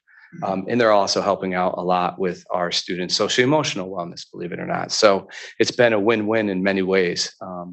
So those are just some of the implications of trying to reduce staff to meet a certain budgetary number. We understand the complexities around meeting budgetary obligations, absolutely, no doubt. I think we're just trying to create a balance in which we can also support our students and our schools in this community in the way we know it needs it, while trying to help support a fair budget that the community can support. Thank you, Mr. Farisi. Appreciate it. And in closing, I just wanted to share with the town our historical budget as it compares to our neighbors or our districts in the state that are most like us. So we're in Newington, we're considered Durg D. So I reached out to my colleagues in Durg D. Some of this is supplied by a variety of organizations. Some of it I just reached out to how do we compare to our similarly situated districts this year and last. So for last year, and that's this column right here and right here, the average increase last year was 1.99 overall among these districts, and we were at a 0 last year. This year, the average increase is approximately, and again, that's this column and this column, carrying it over to the second page. The average increase this year is 3.69. So our original request at 363 is not out of whack with the Durg. So again, these are districts that are considered like us in many ways. Not exactly, obviously. Some have higher levels of poverty, lower levels of poverty. Many of these districts have different number of students, but they're deemed by the state of Connecticut to be a very similar in composition to us. And that really is our presentation for this evening. I know the town council is well aware of next steps, the April 5th public hearing. I know that you have to set your mill rate by April 19th, and then the board will have to reconcile whatever the final numbers are at their meeting on April 27th. We do need to, by state statute, notify staff if there is a potential for layoffs no later than April 30th. If we don't do that, then there is risk to the board about having to spend more money in the process of downsizing. So that is why we have to adhere to that by state statute, and that is specifically for teachers and certified staff. So I do appreciate the opportunity this evening. I know it's been a long meeting and everyone's probably tired, but I certainly am available, as is Mr. Farisi or Mr. Jack Moats or Dr. Fletcher, to entertain any questions. Thank you, Dr. Brummett. Thank you, Mr. Farisi. Okay, counselors, I'm going to open it up for discussion. Counselor Menke. Thank you for your presentation. I just have two quick questions, I guess. First, can I get a printed copy of this presentation? Oh, you already have it? Thanks. Appreciate it. It's hard to run through here and make notes on the numbers as it's going on. Also, for the staff, Mr. Freese, you mentioned the staff. Could you give me a breakdown of how many are in each category of the teachers, custodians, bus drivers, all those, so I can know how many people we're talking about? I can. I don't have that with me this evening, but it's very easy. I can get that to you right in the morning. Absolutely. The other question I had for the slide you put up for budgets for towns, and the average was 3.69%. Are those approved budgets, or are those what the Board of Ed's proposing, but the council has not yet approved? Those would probably be both. Some of them are already town approved. Some of them are simply board approved. I update it as I get the numbers in. So it's a combination. Could you send me a slide that would specify which ones are actually been approved? I mean, and which ones are still pending? Thank you. I can do that for you, yes. Okay, Counselor Page. Thank you, and thank you for the presentation. Can you speak, two questions. Can you speak to the implication of higher class sizes on teaching and learning outcomes? I can. Both academically and social emotion. Certainly. Especially when we look at where a majority of our non-tenured staff are currently housed, it's at the elementary level. So we're going to see, and middle level. So we're going to see a big implication at those two levels if we were to give layoff notices and then have to reduce staff at in the classroom. So we would see class sizes at either level going up to anywhere between 25 to 28. And the implications of those are many. So oftentimes, especially at the elementary level, we're focused on literacy instruction and basic and foundational mathematics skills, and then, broader conceptual science and social studies. But when you really pull apart like literacy instruction, foundational mathematical instruction, that's where we try to group students in small groups. So now think of how many groups a teacher would have to address and get to within a week to try to make certain that all students are moving forward. And then it's not just the small groups, it's individuals as well, because we all move a little differently in how we learn. Thank you. Can you just say briefly, I know it's late and everybody's tired, as Dr. Brummett said, but this is important.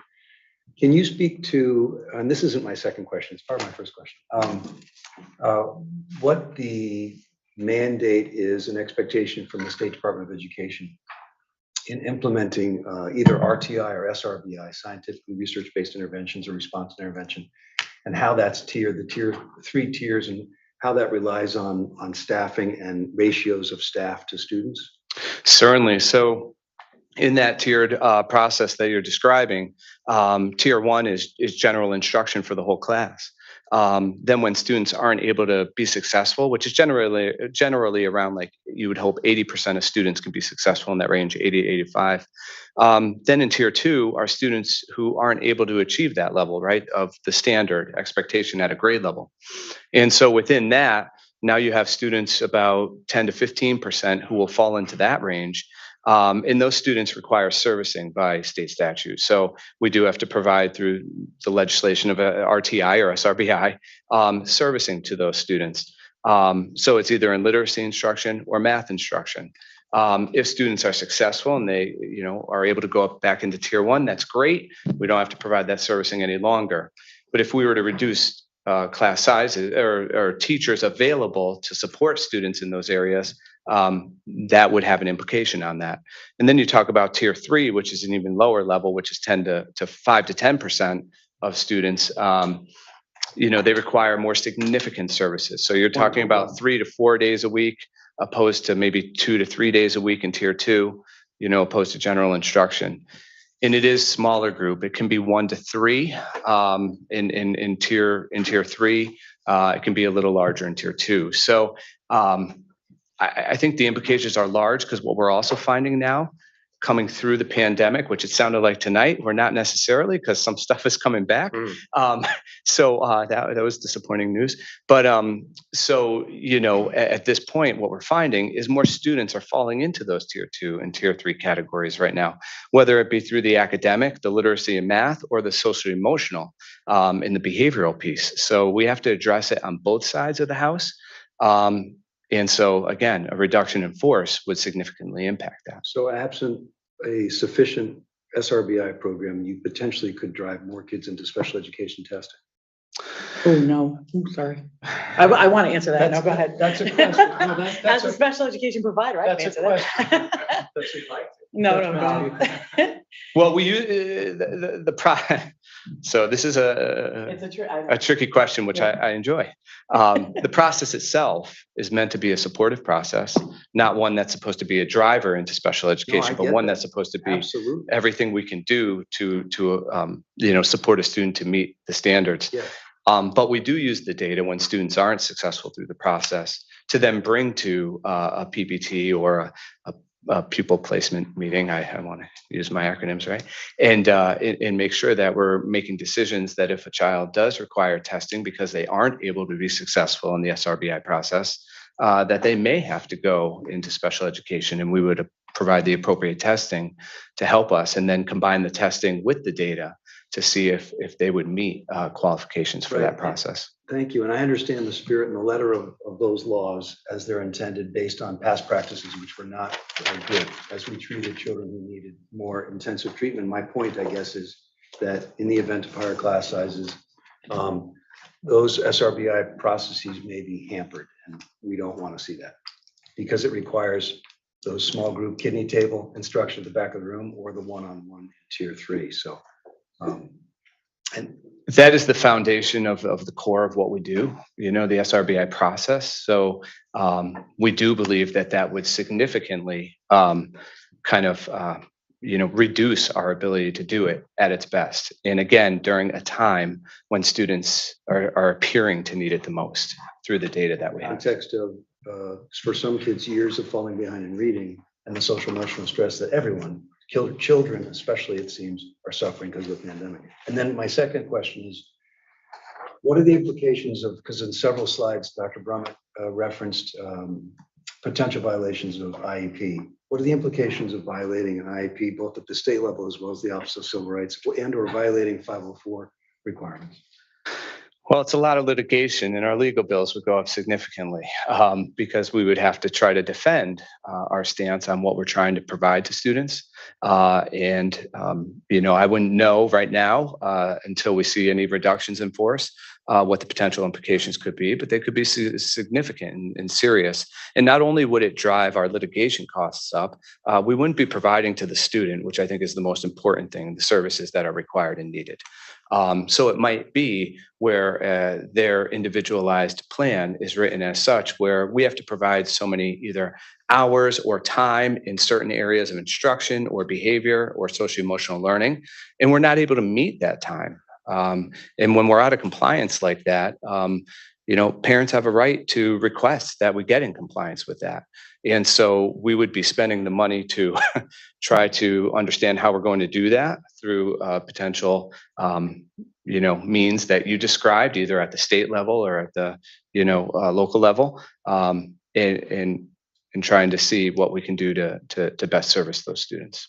Thank you very much. Thank you. Thank you. Any other counselors? I have a few, but go ahead, Counselor Braverman. Demographically, are we holding our own elementary, middle, high school for students? And could you elaborate on demographically? Do you mean by in general? Oh, okay, yeah. So enrollment, yes, I'm sorry. No, thank you so much for the clarification. So we are projecting around the same right now. It fluctuates at various buildings right now in levels, but we are projecting around the same enrollment numbers for next year. So even though there's a few new condo places, apartments coming with 2 or 3 bedrooms, So that might have a small impact, but Correct. We anticipate it may have a larger impact than we think. There are about 5 new units going up over the next, amount of years. But they're all in phases right now. I don't think the first phase of one of them even starts until the 23-24 school year. So I think we're in a good place right now, but I think projecting out 2 to 3 years is when we'll see the impact of those. I know some are still in deliberation on bids and things like that. So I think we're still in a place where we have some time, but I do believe that will have an impact. Some of them have over 280 units. So there are, and then we're looking at how many have 3-bedroom versus 2-bedroom versus 1-bedroom. So we have all that data in my office, and we've worked that out this week, actually. So, the future impact of what that could look like. thanks. All speculation. Deputy Mayor Bedrejko? Yeah, I was just wondering, Dr. Brumman indicated that students who are going to the magnet schools were still responsible. I guess we pay the tuition, but then open choice for students from other programs who are coming into Newington, they pay a tuition. Is it a trade? I mean, is a magnet school reimbursement higher than a open choice reimbursement to Newington? Does it even out? I'll let you tell the exact costs. I apologize. I don't know. What I do know is I believe we use Dr. Brumman? I can, and then Lou can correct me if I'm wrong. We pay out about $400,000 a year in magnet school tuition. And with open choice and the money that we get from open choice, it is about 800,000 plus that we get back in regular ed monies, which we do use to pay for teachers.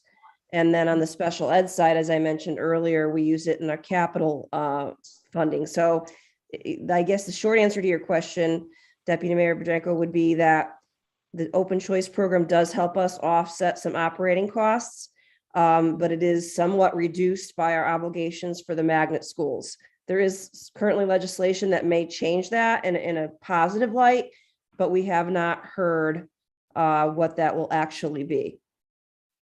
Okay, thank you. Councilman Menke? Yeah, Dr. Brumman, you mentioned you have a budget freeze in place. What's your anticipated savings from the budget freeze?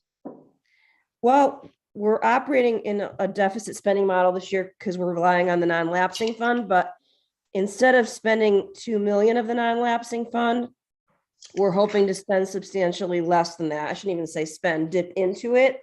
Right. I would say right now, we may need to only spend about 1.5 million of it. We're hoping to not spend 500,000 of it. It's kind of, as someone just mentioned, projection. You're not sure, but that's what we're looking at right now. Okay, and what steps you're taking going forward to control costs?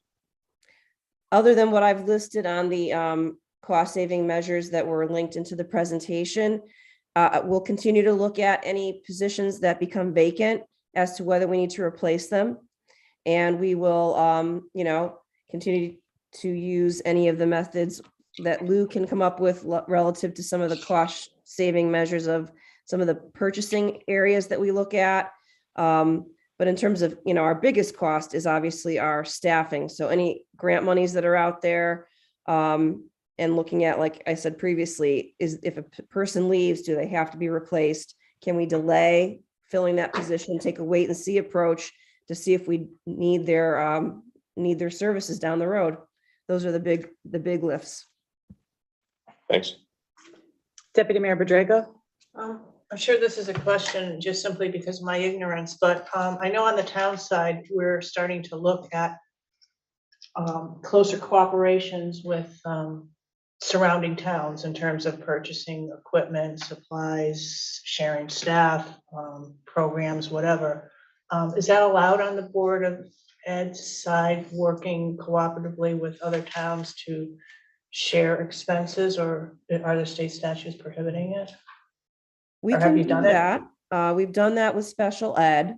Last year, we shared some costs with one of our neighboring communities. We also belong to the Farmington Valley Diagnostic Center, which is a cooperative special education group that neighboring communities pay into, but it's a much cheaper cost than paying tuition to a much more costly outplacement. Lou, I don't know if you want to comment on any other cost saving measures with materials and goods. Sure. One of the things we were looking at this week in preparation for next year is in the specialized transportation area, because everybody has the same issues with not having staff and the ability to cover every run that the district needs to do.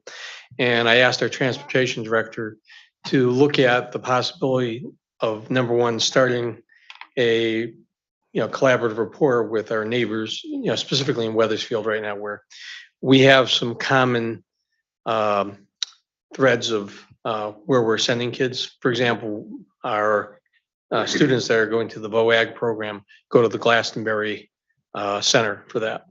So for the past few years, we have actually taken the Weathersfield students with us to go over there. I asked them to research, do we have the ability to maybe set up 3 of these collaborations going each direction, where maybe it's a Weathersfield student being placed at Salterra in New Britain that we also send students to, where the Weathersfield bus can come pick up ours, bringing theirs along and back and forth, and try to start some simple footholds in these areas. And it may not seem like, oh, that's not a big deal, but a ride for a year for a kid is $25,000. And if you have the need to have bus monitors that go with it, you're talking $50,000. So even 1 or 2 wins and successes that we can mutually collaborate on will be, savings of substance for the upcoming year. And, the big challenges with transportation are both time and distance. You have to get kids from point A to point B in a certain time window. You can only have them on the bus so long. And depending on where, the matching students we're trying to place with somebody are lined up. So if it's a student who lives in the southern end of Weathersfield, has to go to the northern end of Newington, can they get back to someplace in New Britain in the appropriate time frame that's there? So there's a million logistics go with it, but we feel we can find a couple of successes there for the upcoming year. And everybody will be willing to chat about opportunities because everybody's got the issues. Thank you. Counselor Mankey? Has there been any thought about sharing supplies? So you buy reams of paper. If 3 towns are buying paper, you get a better price because you're buying more paper, and or pencils or tater tots or whatever. By and large, most of the school districts already participate in the consortium arrangements, either through CREC or CROG, where everybody gets the same price for buying paper through the prearranged bids. So there is no secondary level of efficiency available to us. By if we put 3 towns together, we would get a better program. More often these days, we're trying to do just-in-time shipping. So instead of having a big, huge supply of paper arrive and basically be there all year, we're going to smaller, more nimble type of supply delivery and procurement. That's the consortium now? Yes.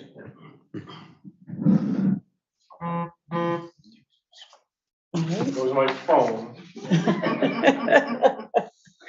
I have a couple of questions.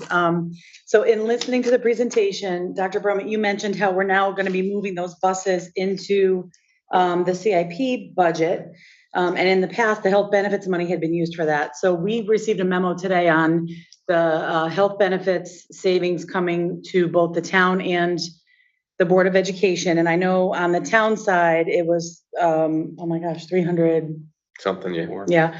And that money will go back into the health benefits account for offsetting costs moving forward. So I'm wondering, with the 476,000 for the health benefits estimated surplus on the other side, if the buses aren't a factor, would that be something the Board of Ed would consider using to offset costs for next year? And because I know you mentioned an increase in health benefits of like $500,000. Is that something the Board of Ed, we can't tell you how to spend your money, but have you guys considered that yet? Or what you would be looking to use that money for? Yes, well, we did get the memo today, and I know that can change between now. I think we get another reconciled memo in September, but we can look at how that impacts our budget right now. We did have a lot of things cut out of our budget to get to the point where we're at today. So we may try to get some of the curricular things that we had to cut. That would be my first thought about it.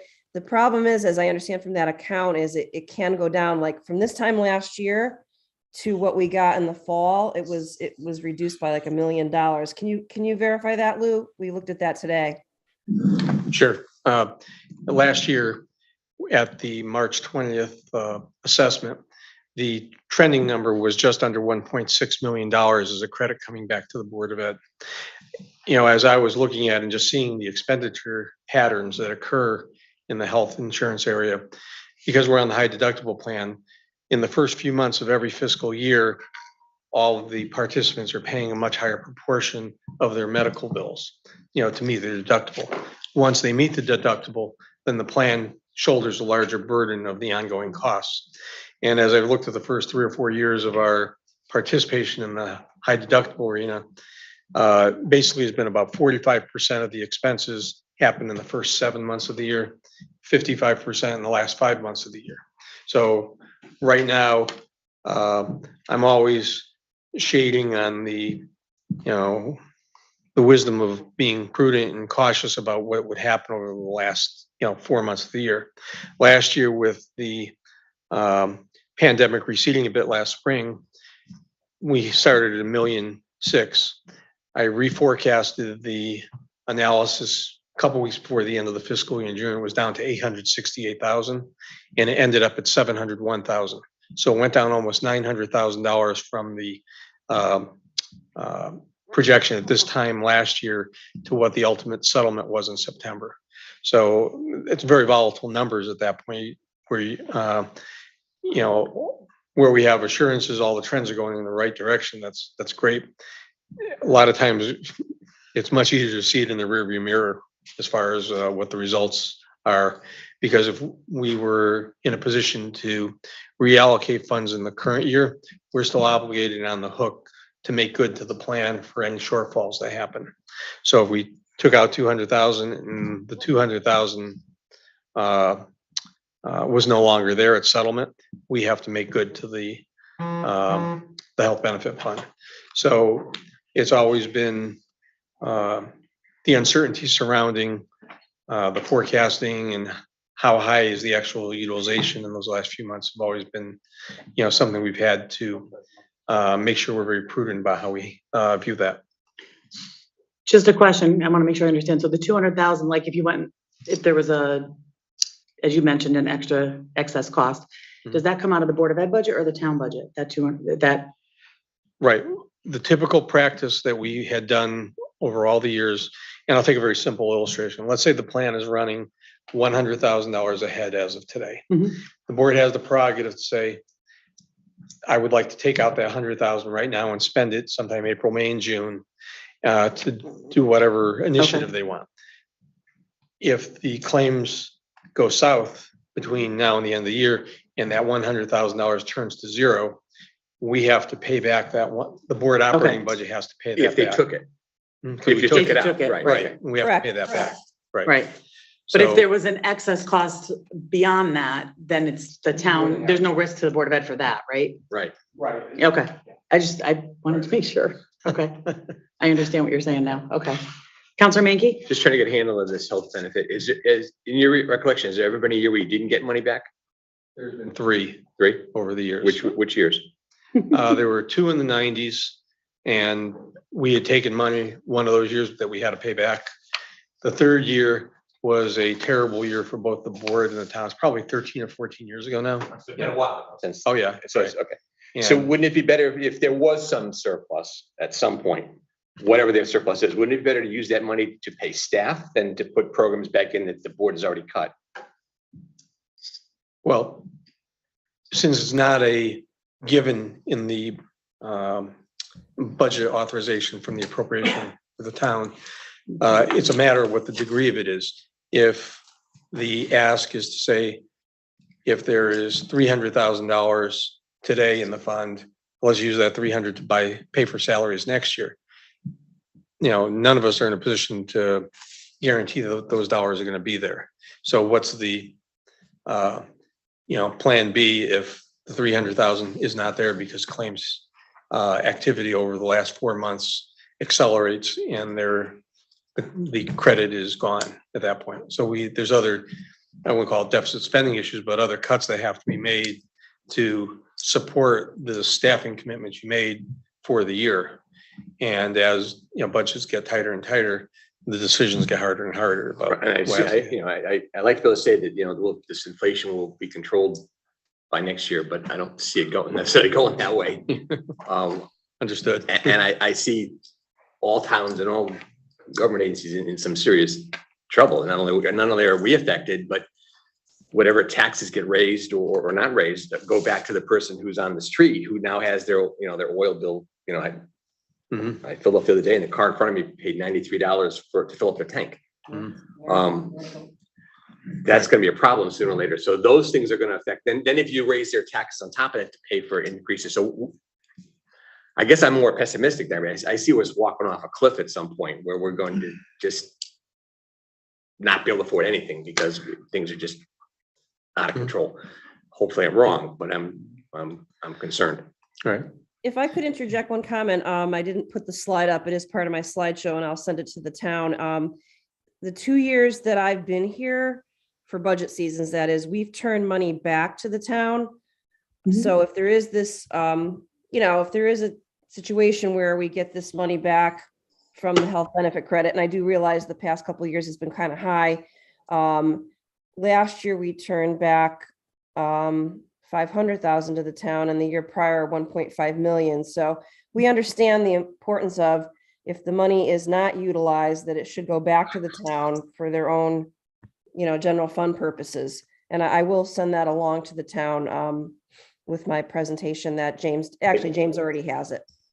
I guess in a sense, the surplus has already been paid for by the taxpayers. We've already taxed them on health benefits at a certain rate. Now, if they came in lower, that money should go back to the taxpayers. They should go back and help offset future tax increases or future health benefit increases.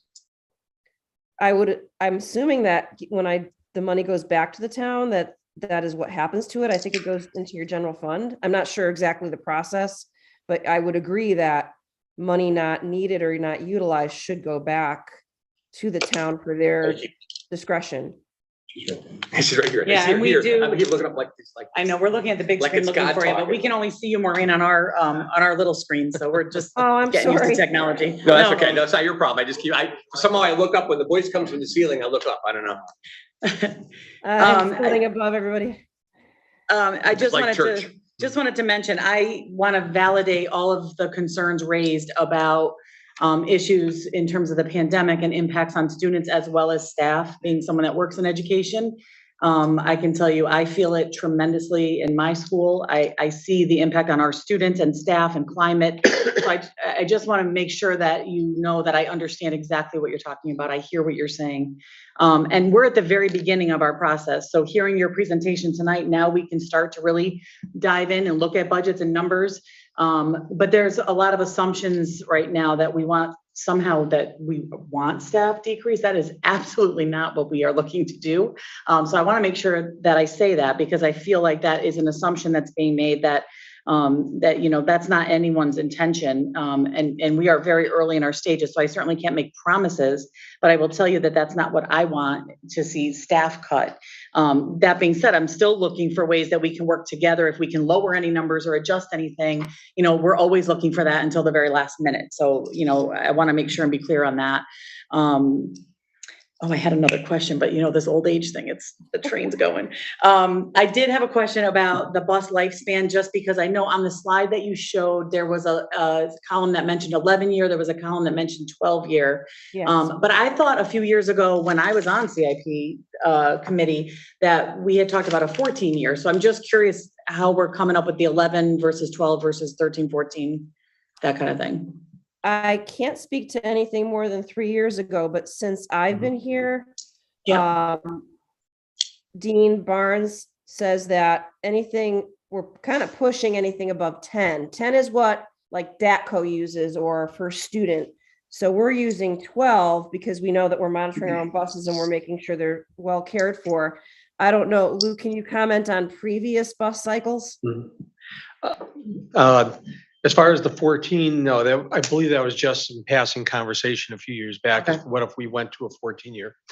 The basic practice of all the state inspectors that do the buses is they start looking a lot closer once a bus is 10 years old. And they're much more willing to take a bus out of service for marginal defects, or they will be doing more aggressive testing and evaluation of the buses to go looking for, like looking for rust spots, where they'll go with a stake and they'll go probing the underside of the bus looking for bad spots. They find some rust, they'll take it out of service. So maybe you have a $3,000 repair for whatever that is. Okay. So, and because it's their reputation, their, I don't want to say their honor, but their professional commitment to providing a safe school bus for the kids. They are not interested in having bad things happen. So up until the 10-year mark, they know the buses, if they're reasonably cared for, they'll definitely make the 10-year mark. We typically hold buses as long as 14, even 15 years if they still have, which they're street worthy, they've had a good repair history, they're not a problem. But they get a lot closer, check under the hood every time the inspector comes around. So when you hit that point of diminishing returns on reinvesting in a vehicle that's really in your spare fleet, that is maybe only doing 5,000 miles a year, do you really want to spend $25,000 a year just keeping it on the road as that extra bus? Because it only gets worse as time goes by. I know, I guess my thought process was like in my vehicles, I look at mileage, but that's not really the consideration for school buses. And then when we look at our vehicle reserve, vehicle replacement fund, we're looking at the lifespan, and then typically those vehicles that we're replacing will kind of move down into that spare fleet, so to speak. Correct. And then something from the spare fleet, we will typically send out to auction. Is that similar to what you do? Okay. Okay, thank you. Counselor Page. Just a couple of questions. I just wanted to clarify with Dr. Brummett, because I'm new at this, and if you could just restate the 1.5 million return to the town and the 500,000, where did that come from? That was money not utilized in the board's budget. It most likely is a combination of, during COVID, we had certain funds, line items that were not utilized. We had fewer expenses when the schools were not fully reopened. So that, and I believe some of it probably was the health benefit credit monies as well. So that is, James, if you want, that slide is at the tail end of my presentation. That's really a combination of just residual money at the end of the year. And actually, one of the other factors, it's the next slide after this, James. Oops. One in the other direction. There's a picture of a camera. You're going kind of backwards. I don't know if I can take the reins here. The other place where the money came from is during the, I wonder if you don't have my most current version. That's my last one. Okay. Well, you can send it to us, right? I can, but easily stated is the other place where the monies came from is excess cost. We had estimated certain excess cost expenses last year and actually 2 previous years, and they came in lower than expected because we were outplacing fewer students. So there was a combination of factors, but it was basically us doing our due diligence. The year came about, the end of the year was there. We had X amount of dollars left over. All of our other bills had been paid, and we turned it back to the town. And you've been in the district how long, Dr. Brummett? This will be the end of my 3rd year. So in your first year of operation here, did you have a committee that worked with representatives from the town council and the Board of Ed to work specifically on CIP issues? Yeah, back then there was a committee that did deal with that, yes. And that stopped? Yes, I forget exactly when. What was that? The mayor reminded me about this only because you were asking about the busing in the 11-year cycle. Was there a reason that stopped, either from the council side or the Board of Ed side? The committee was eliminated. The CIP process was revamped. so that the Board of Ed brings forward what they request from CIP, the town brings forward theirs, and the council ultimately deliberates it now. Why was it felt that that process prior wasn't helpful? Essentially, it was felt that there were decisions being made at a committee level that didn't necessarily make the most sense. And then what was brought forward to the council, we could only deliberate what was then brought forward. Right. So the council wanted to have more of a say on the entire process instead of Wasn't that what more was brought collaborative? forward. Say that The again? previous process, wouldn't Yep. that have been more collaborative? I don't necessarily feel that Yeah. it was, to be honest. I don't Yeah. know all the histories. Because a lot Yeah. of the CIP is town side Okay. and not Board of Ed side. And that the problem I think in the past is it was too easy for the council to cut CIP. And so these projects that Yeah. need to get fixed, like roofs, well, we'll hold off on, we'll do that roof next year. Well, the next year comes and then that roof is now leaking. Now we're stuck with a real problem. So the goal is to make it more plan driven. So we're looking always 5 years out, not at the next the next budget year. Okay, thanks. Yeah, similar. I think we're really trying to increase and improve the CIP plan.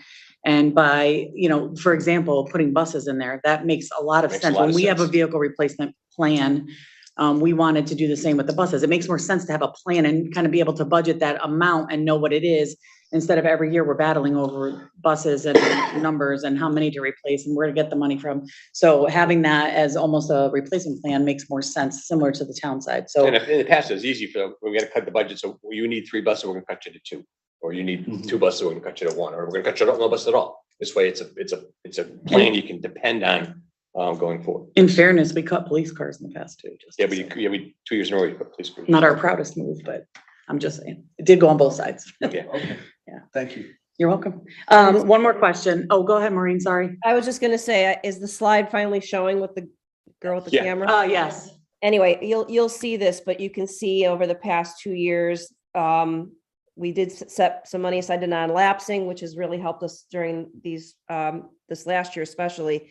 Excess costs is what I already mentioned, but this is what we sent back to the town in 2020, and last year, the town got back excess costs in this $900,000 plus a surplus declaration of $500,000. So there was money sent back, and I think it's part of our due diligence to, when the money is not utilized, that we should send it back to the town. I'm a firm believer in that.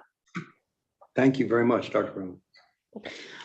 I could probably figure this out from the slide if I work hard at it, but I'm not a math person. I'm a speech therapist. So I saw the slide earlier with the figures in terms of the request versus where the town manager came in. What's the dollar amount that you need? I know the full amount to be whole to where you requested, but what's the dollar amount needed to meet that staffing level? Because I'm guessing it's somewhere in between around, I'm thinking 5 something, but. 592. All right, Maureen, Dr. Fletcher beat you to it. 592. 113, thank you. Oh, Dr. Brummer, you're muted somehow. You? Here, oh, thank you, Dr. Fletcher. We're getting that over here. All right, thank you for that. Okay, 2 more hands up. Counselor Menke. No, I'm sorry, I should be hitting my hands down. Okay, I got Counselor confused. Nagel.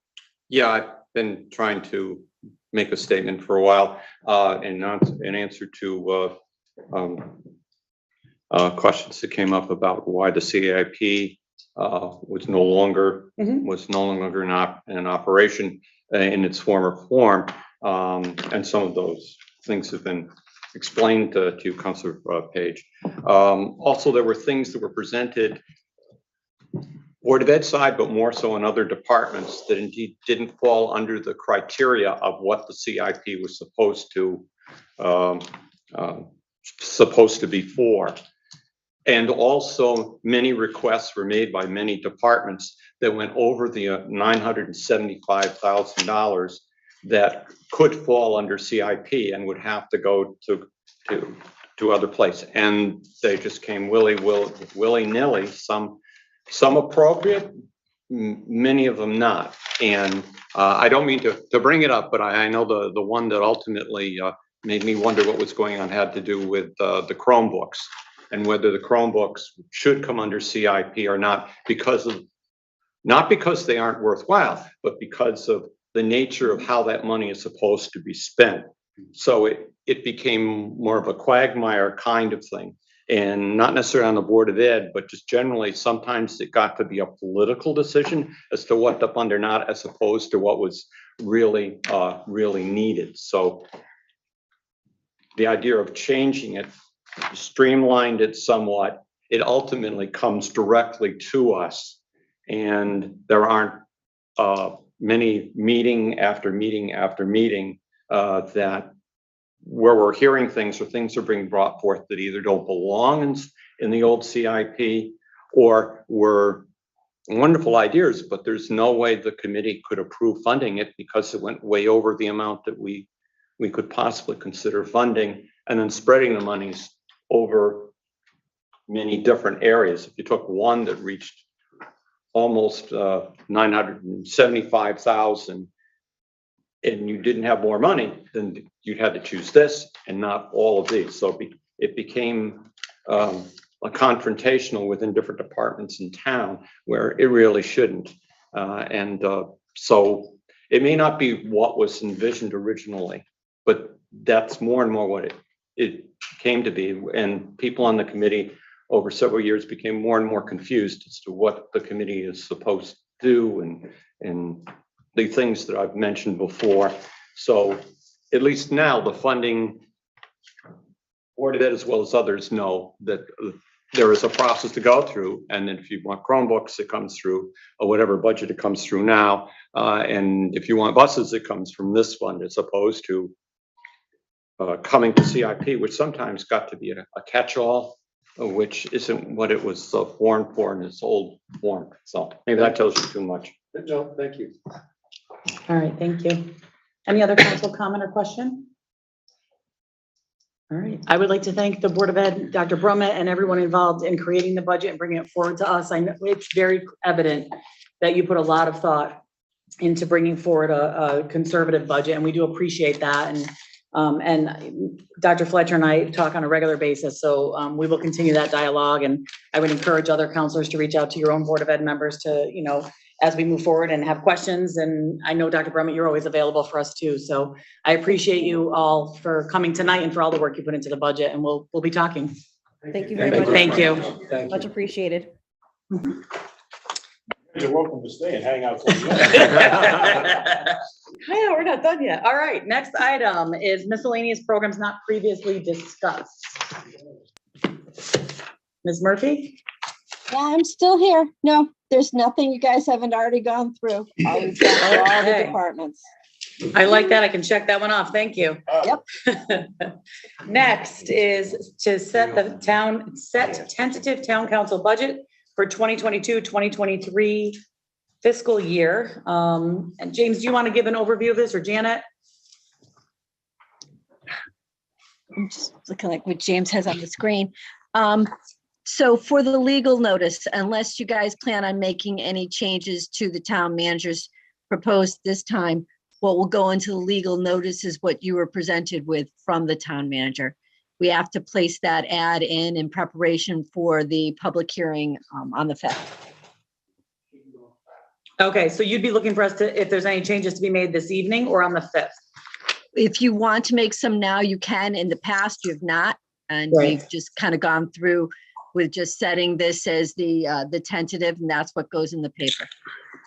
Okay, yeah, I mean, from the majority perspective, I feel like we just finished hearing the budget this evening. We're not ready to make any formal recommendations at this point, and I would look to Minority Leader Page. I'm still recovering. I would say though that I think there will be some changes made someplace down the road. Absolutely, yep. In whatever category, and usually that's the case that happens. But I'm not ready to make any today, I don't think. No, I just have a few questions. Sure, go right ahead. And this is really a request for information, Ms. Murphy. Yep. And I don't know a lot about this, but audited budgets, my understanding is every town's budget is audited. How do I get my hands on last year's and year-to-date budget audit? Does that exist for this year as well? You have one. It's actually going to be put on the website hopefully this week. Got filed a little bit later because our audit company got bought out by another one. And there was some issues. They got kind of backlogged. That Right. one will be online. It's an annual budget. It's not, it's, I shouldn't say budget. It's an annual audit. It's not Audit. just an audit of your budget. It's an audit of your grant programs, everything. Okay, So it's a thanks. great, it's an audit of all your funds. Okay, great. Thank you very much. So I can find that on the website. Yep, you can see the prior year one's already up there, and I will be putting the new one up there, as I said, this coming week. All right, thank you. And then I just have 3 questions. My second question is federal funds that have come to our town. And maybe you've gone over this, that there's been so much coming at us, me anyway.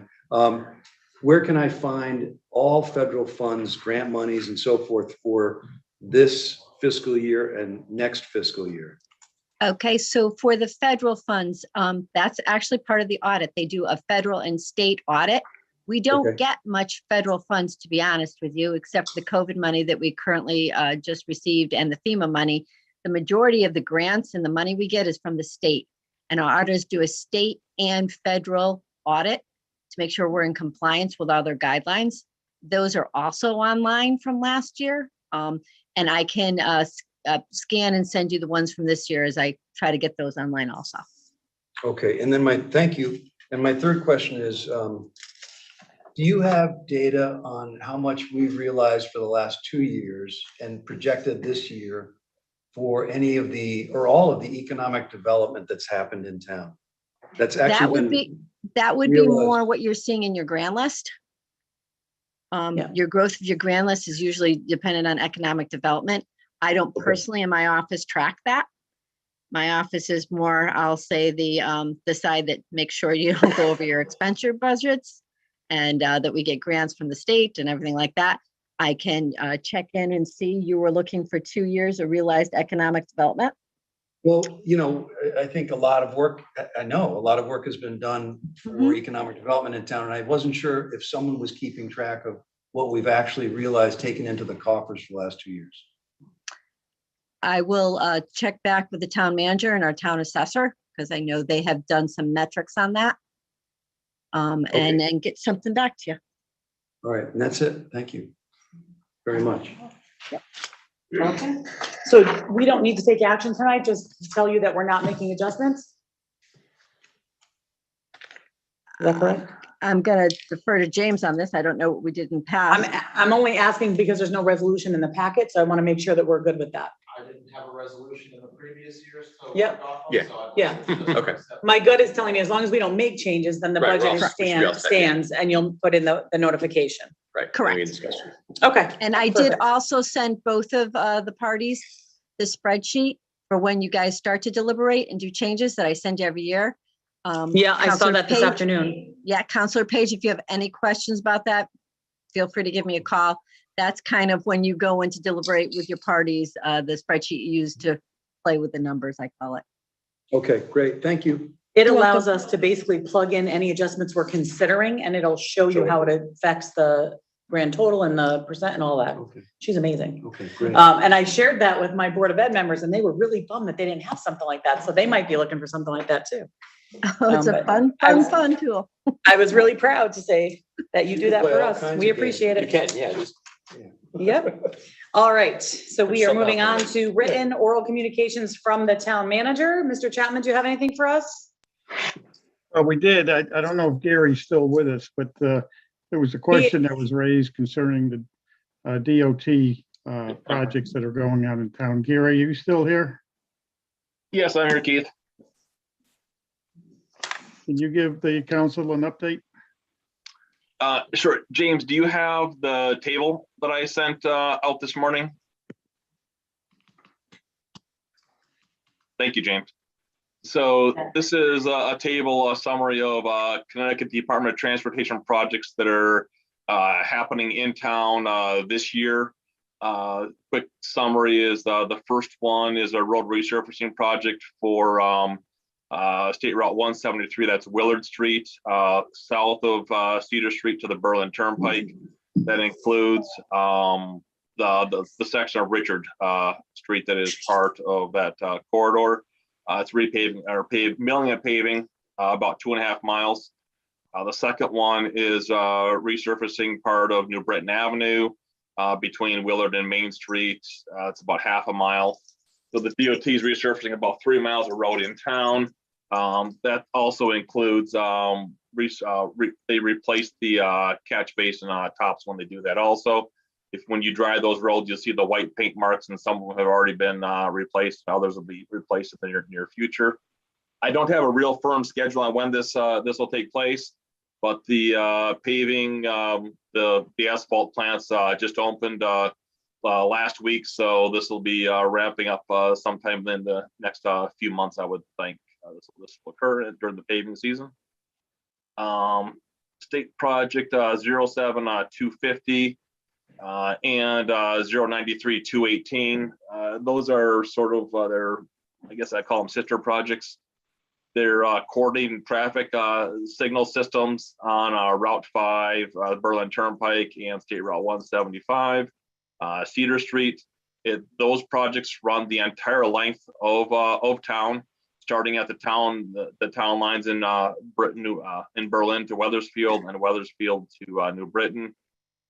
Replacing 13 traffic signals on the Berlin Turnpike, replacing 15 traffic signals on Cedar Street. The Cedar Street project also includes Fenn Road, parts of Fenn Road that are part of that State Route 175 corridor. These are significant projects throughout town. It's just not, it's replacing the entire traffic signal. The signal faces, there's significant technology improvements that are happening in these corridors also, as well as they're improving the emergency vehicle preemption system for the town, the emergency vehicles. What else is going on? But they've also got the fiber optic cable that's running through that entire corridor. Those two projects are each probably I don't know the exact number, but it's probably an easily $100 million price tag for each of those two projects that's happening in town. So what I'm saying is the DOT is making significant investments in the transportation corridors in Newington, just based on those two projects alone. The Route 5 project in Newington, once they finish that project, I'm aware they plan to do another project further south in Berlin from the Newington town line down to the Meriden town line. So the entire section of the Berlin Turnpike would have the coordinating traffic signals in that entire corridor. The whole idea of those coordinated traffic signals is to have more green time for the signals and reduce the delays for traffic at red signals. How they do that is they try to coordinate when a wave of cars is moving toward a signal that you arrive on a green signal versus arriving on a yellow signal or a red signal. Any quick questions on those two projects that I might be able to answer for any counselors? No, I would just reiterate that we appreciate your efforts and the town manager's efforts to simultaneously and to the extent possible make pedestrian and biking safety a priority, as it seems our traffic flow through town is increasing. So thank you. Absolutely, I continue to push that with the DOT. A lot of times, those messages, I'll admit, are not very well received at the DOT typically, because they're more focused on, they're not focused, they don't, I could say in the past, they haven't focused much on pedestrians, but they are focusing more and more on pedestrians. So I guess those messages are being more well received these days, but they're not in the business, the DOT is not in the business of installing sidewalks around town. I can tell you that. All right. Moving on. Moving on. Project. There's 3 projects here on State Route 9, the expressway on the west side of town, 171, 425, 473, and 415. These are all they're overhead sign projects, renumbering interchange projects, and fiber optic projects where they can install the fiber optic cable and have closed circuit television so they can monitor traffic in the corridor. Not directly related to, it's just on the outside of town. So I included those. the DOT, they're replacing the traffic signal at Main and Dowd Street. That project was scheduled to be completed last year. They ran into some field conditions where it required some changes. Those changes are still being made at this time. I've worked pretty extensively with the DOT to try to reduce the impact to the town and reduce the impact of the changes to the private properties that about that project. Just a simple traffic signal like that is probably $500,000. Just to get a magnitude of what these type of projects cost. The resurfacing projects that I mentioned up at the top, those two projects, resurfacing about 3 miles, 1 mile cost, about $250,000. So it's we're talking roughly maybe $700,000, $800,000 for the resurfacing projects. State project 171-449 is that's a project throughout District 1 where they've got probably 30 or 40 different locations in the district, 7 locations in the town of Newington where they're upgrading LED signals at different traffic signals around town. And then the last one is 09317. That is evaluating a potential roundabout for on State Route 505, which is Fenn Road, and at the intersection of El Grasso. That project is not in construction. It's only in the concept phase only. To my knowledge, the project hasn't been funded, so it's really just a conceptual evaluation for a future project. If that project were to be built, I would think probably toward the latter part of this decade. Might be some sort of construction date if it goes forward. Roundabouts decrease crashes. All the data supports that. That is absolutely correct. They decrease the contact points if you've got the right traffic volumes. But we'll have flying cars by then. So Yeah, really, yeah. We'll teleport. All right. There you go. There you go. Thank you very much. Thank you, Gary. Thanks for hanging in so late this evening. And thank you You're for welcome. including that, Mr. Chapman. Keith, did you have anything else? Not tonight. I think it's late enough, so we call it a night. All right, deal. I'm hoping the council hears your lead, follows your lead. Council liaison and committee reports. No. I just got a half hour. Deputy Mayor Bedrejka. Yes. Okay, hate to, but there's just a couple of, tomorrow night at the TPZ meeting, there's a couple of public hearings that the public might be interested in. One of them is about Culver Street, and it's to allow a residential development in the PD zone at 3567 and 69 Culver Street and Deming Street. And the second one is a special permit to allow an open space subdivision at 359 Church Street and 321 Tremont Street. That the first I heard about it, or we heard about it, Councilor Rada and I were at the Conservation Commission meeting, and they held, the applicant presented a request for a town map, a wetlands amendment, a map change. And what it is this 15.9 acres to be a 23 lot open space subdivision of private home, of single family homes. The discussion at the conservation obviously was about changing the wetlands map. They did not close the discussion. There will be a public hearing on it on April 19th at conservation. But again, tomorrow there's going to be a public hearing at TPZ on the same development. And again, this kind of came of I hadn't heard about it before. I don't think Councilor Rada had either. So this is why I really think, and I'm sorry, I'm going to push it again. We need to have a comprehensive overview of development activities in town here to the council. We need it sooner rather than later, because there's a lot of accelerated development, and I think the council needs to be aware of everything that's going on in town. That's all I have. Thank you. Councilor Nagel? I attended via Zoom the library board meeting on the 19th. The library is opening, no masks are required. They're gradually extending and expanding back to what normal over a period of time. They're still under slightly shortened hours. They don't want to break open all at once. There is a Friends of the Library are holding another book sale at the Senior Center, April 30th and May 1st. So a little shorter than what has been done, but once again, they're concerned about COVID, so they're holding it on those 2 dates. There is a shed that stores books and other things in the back of the library, and that is going to be replaced by a more attractive looking pod sometime in May, thanks to the Friends of the Library. It's a new shed, so it'll make things more attractive and more serviceable. And there still are some open positions on the board of the library, which they have brought up again. That's it.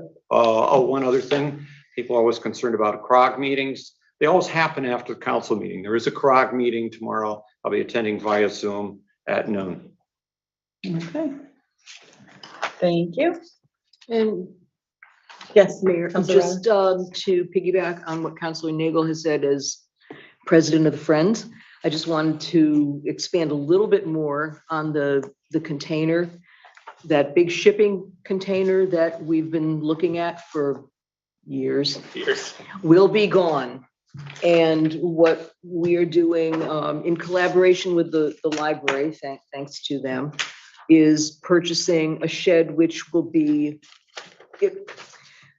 approximately the same square footage, but it's from the same company that supplied the kind of attractive shed that's out there now that the library owns. The same design, the same colors, just much larger to accommodate what our needs will be for book storage and sorting. Nice. Great. We're very happy about that. This is a couple of years of conversation and in the works, and I think we just received our building permit.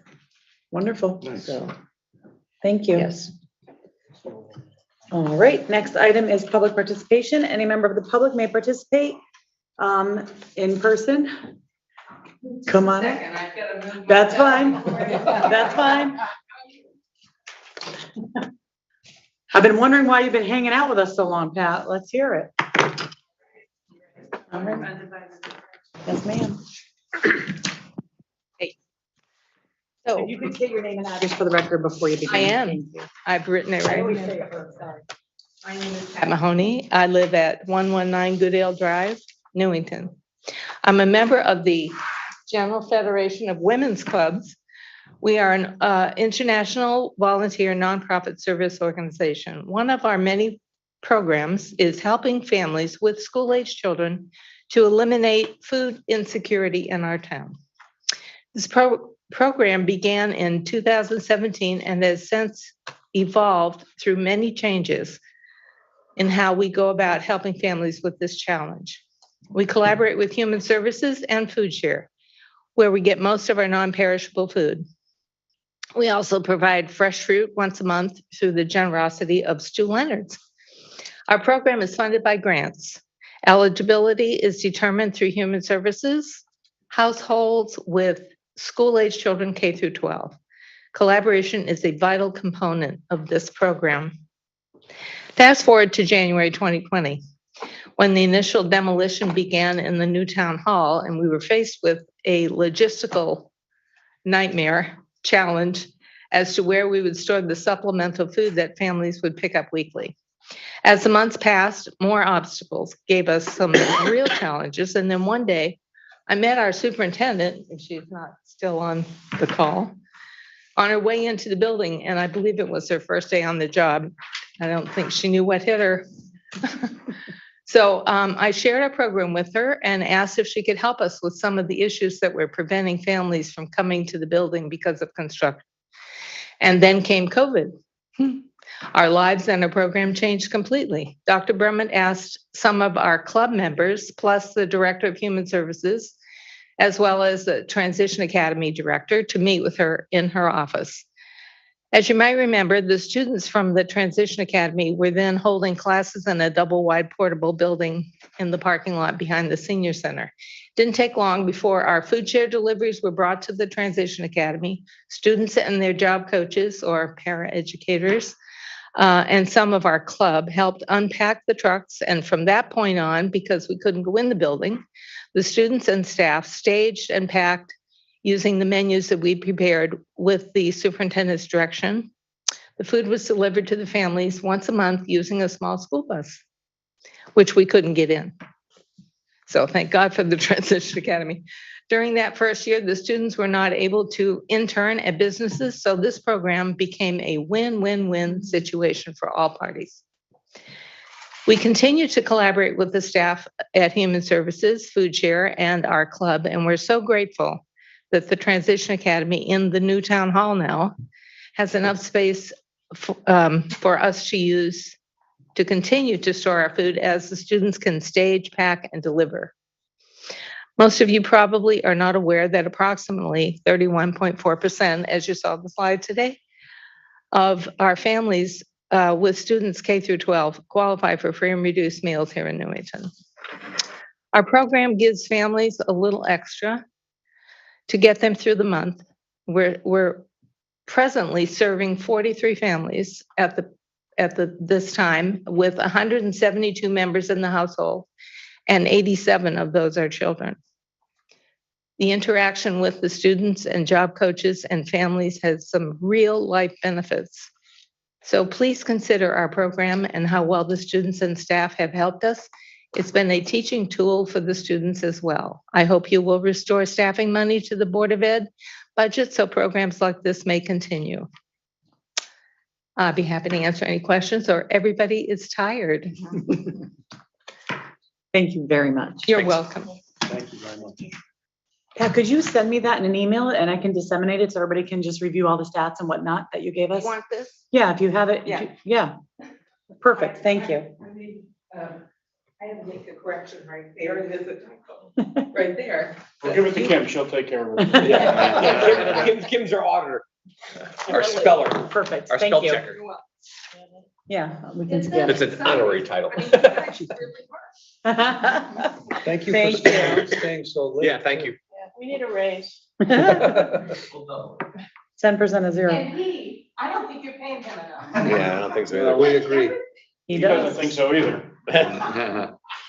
All right, we do have another member of the public waiting in Zoom, so I'm going to bring in Ms. Lyons. Hi, it's Rose Lyons, 46 Elton Drive, and I almost made it through the whole meeting without having anything to say up until the CIP came up as a discussion. I may have misunderstood Councilor Nagel in his statement that there were projects in the CIP over $975,000 that were approved, which should have gone to referendum. No. Okay, maybe I misunderstood that then. There were a lot of projects that were put through CIP that were over that limit, but they went over a 5-year period. And there's not much that we can do about it now, but there's something that should be looked at in the future, I think.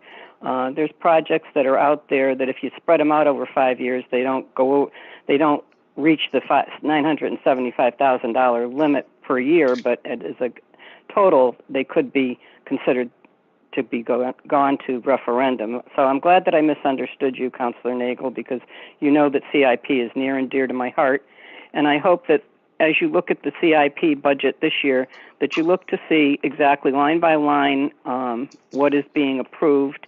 And I especially would like to see in the roof replacement and any big ticket items, line by line, what is going to be replaced so that in future years we know that, yes, the high school is going to have a roof replacement or the Kellogg-Eddy House is going to have a roof replacement. I would appreciate that. As a person who has followed this for a long time, I saw the deterioration of the CIP committee as town managers changed, the roles changed, and hopefully we can get it back to where it was intended to be. Thank you and good night. Thank you. Thank you. All right, no one else has their hand up, so we'll move on to remarks by counselors. That's a first. Next is informational items. So in your packet, you will see there is a pamphlet explaining the Unmask the Stash program that is being put on March 30th, 2022 at 7 p.m. I'm trying to decide from this if it's just virtual. It does say click here to register. To attend online, it's both. So it'll be a hybrid format. It's being presented. Okay, in-person space is limited, thank you. Presented by Culture of Change and hosted by, and I'm not gonna lie, it's very difficult for me to read, but it's Newington Department of Human Services, and it looks like it's 4 towns, correct? Rocky Hill, Berlin, Weathersfield, got it, Weathersfield and Newington. So all 4 working together on this important message. It's Unmask the Stash, the Secret World of Discrete Drug Trends.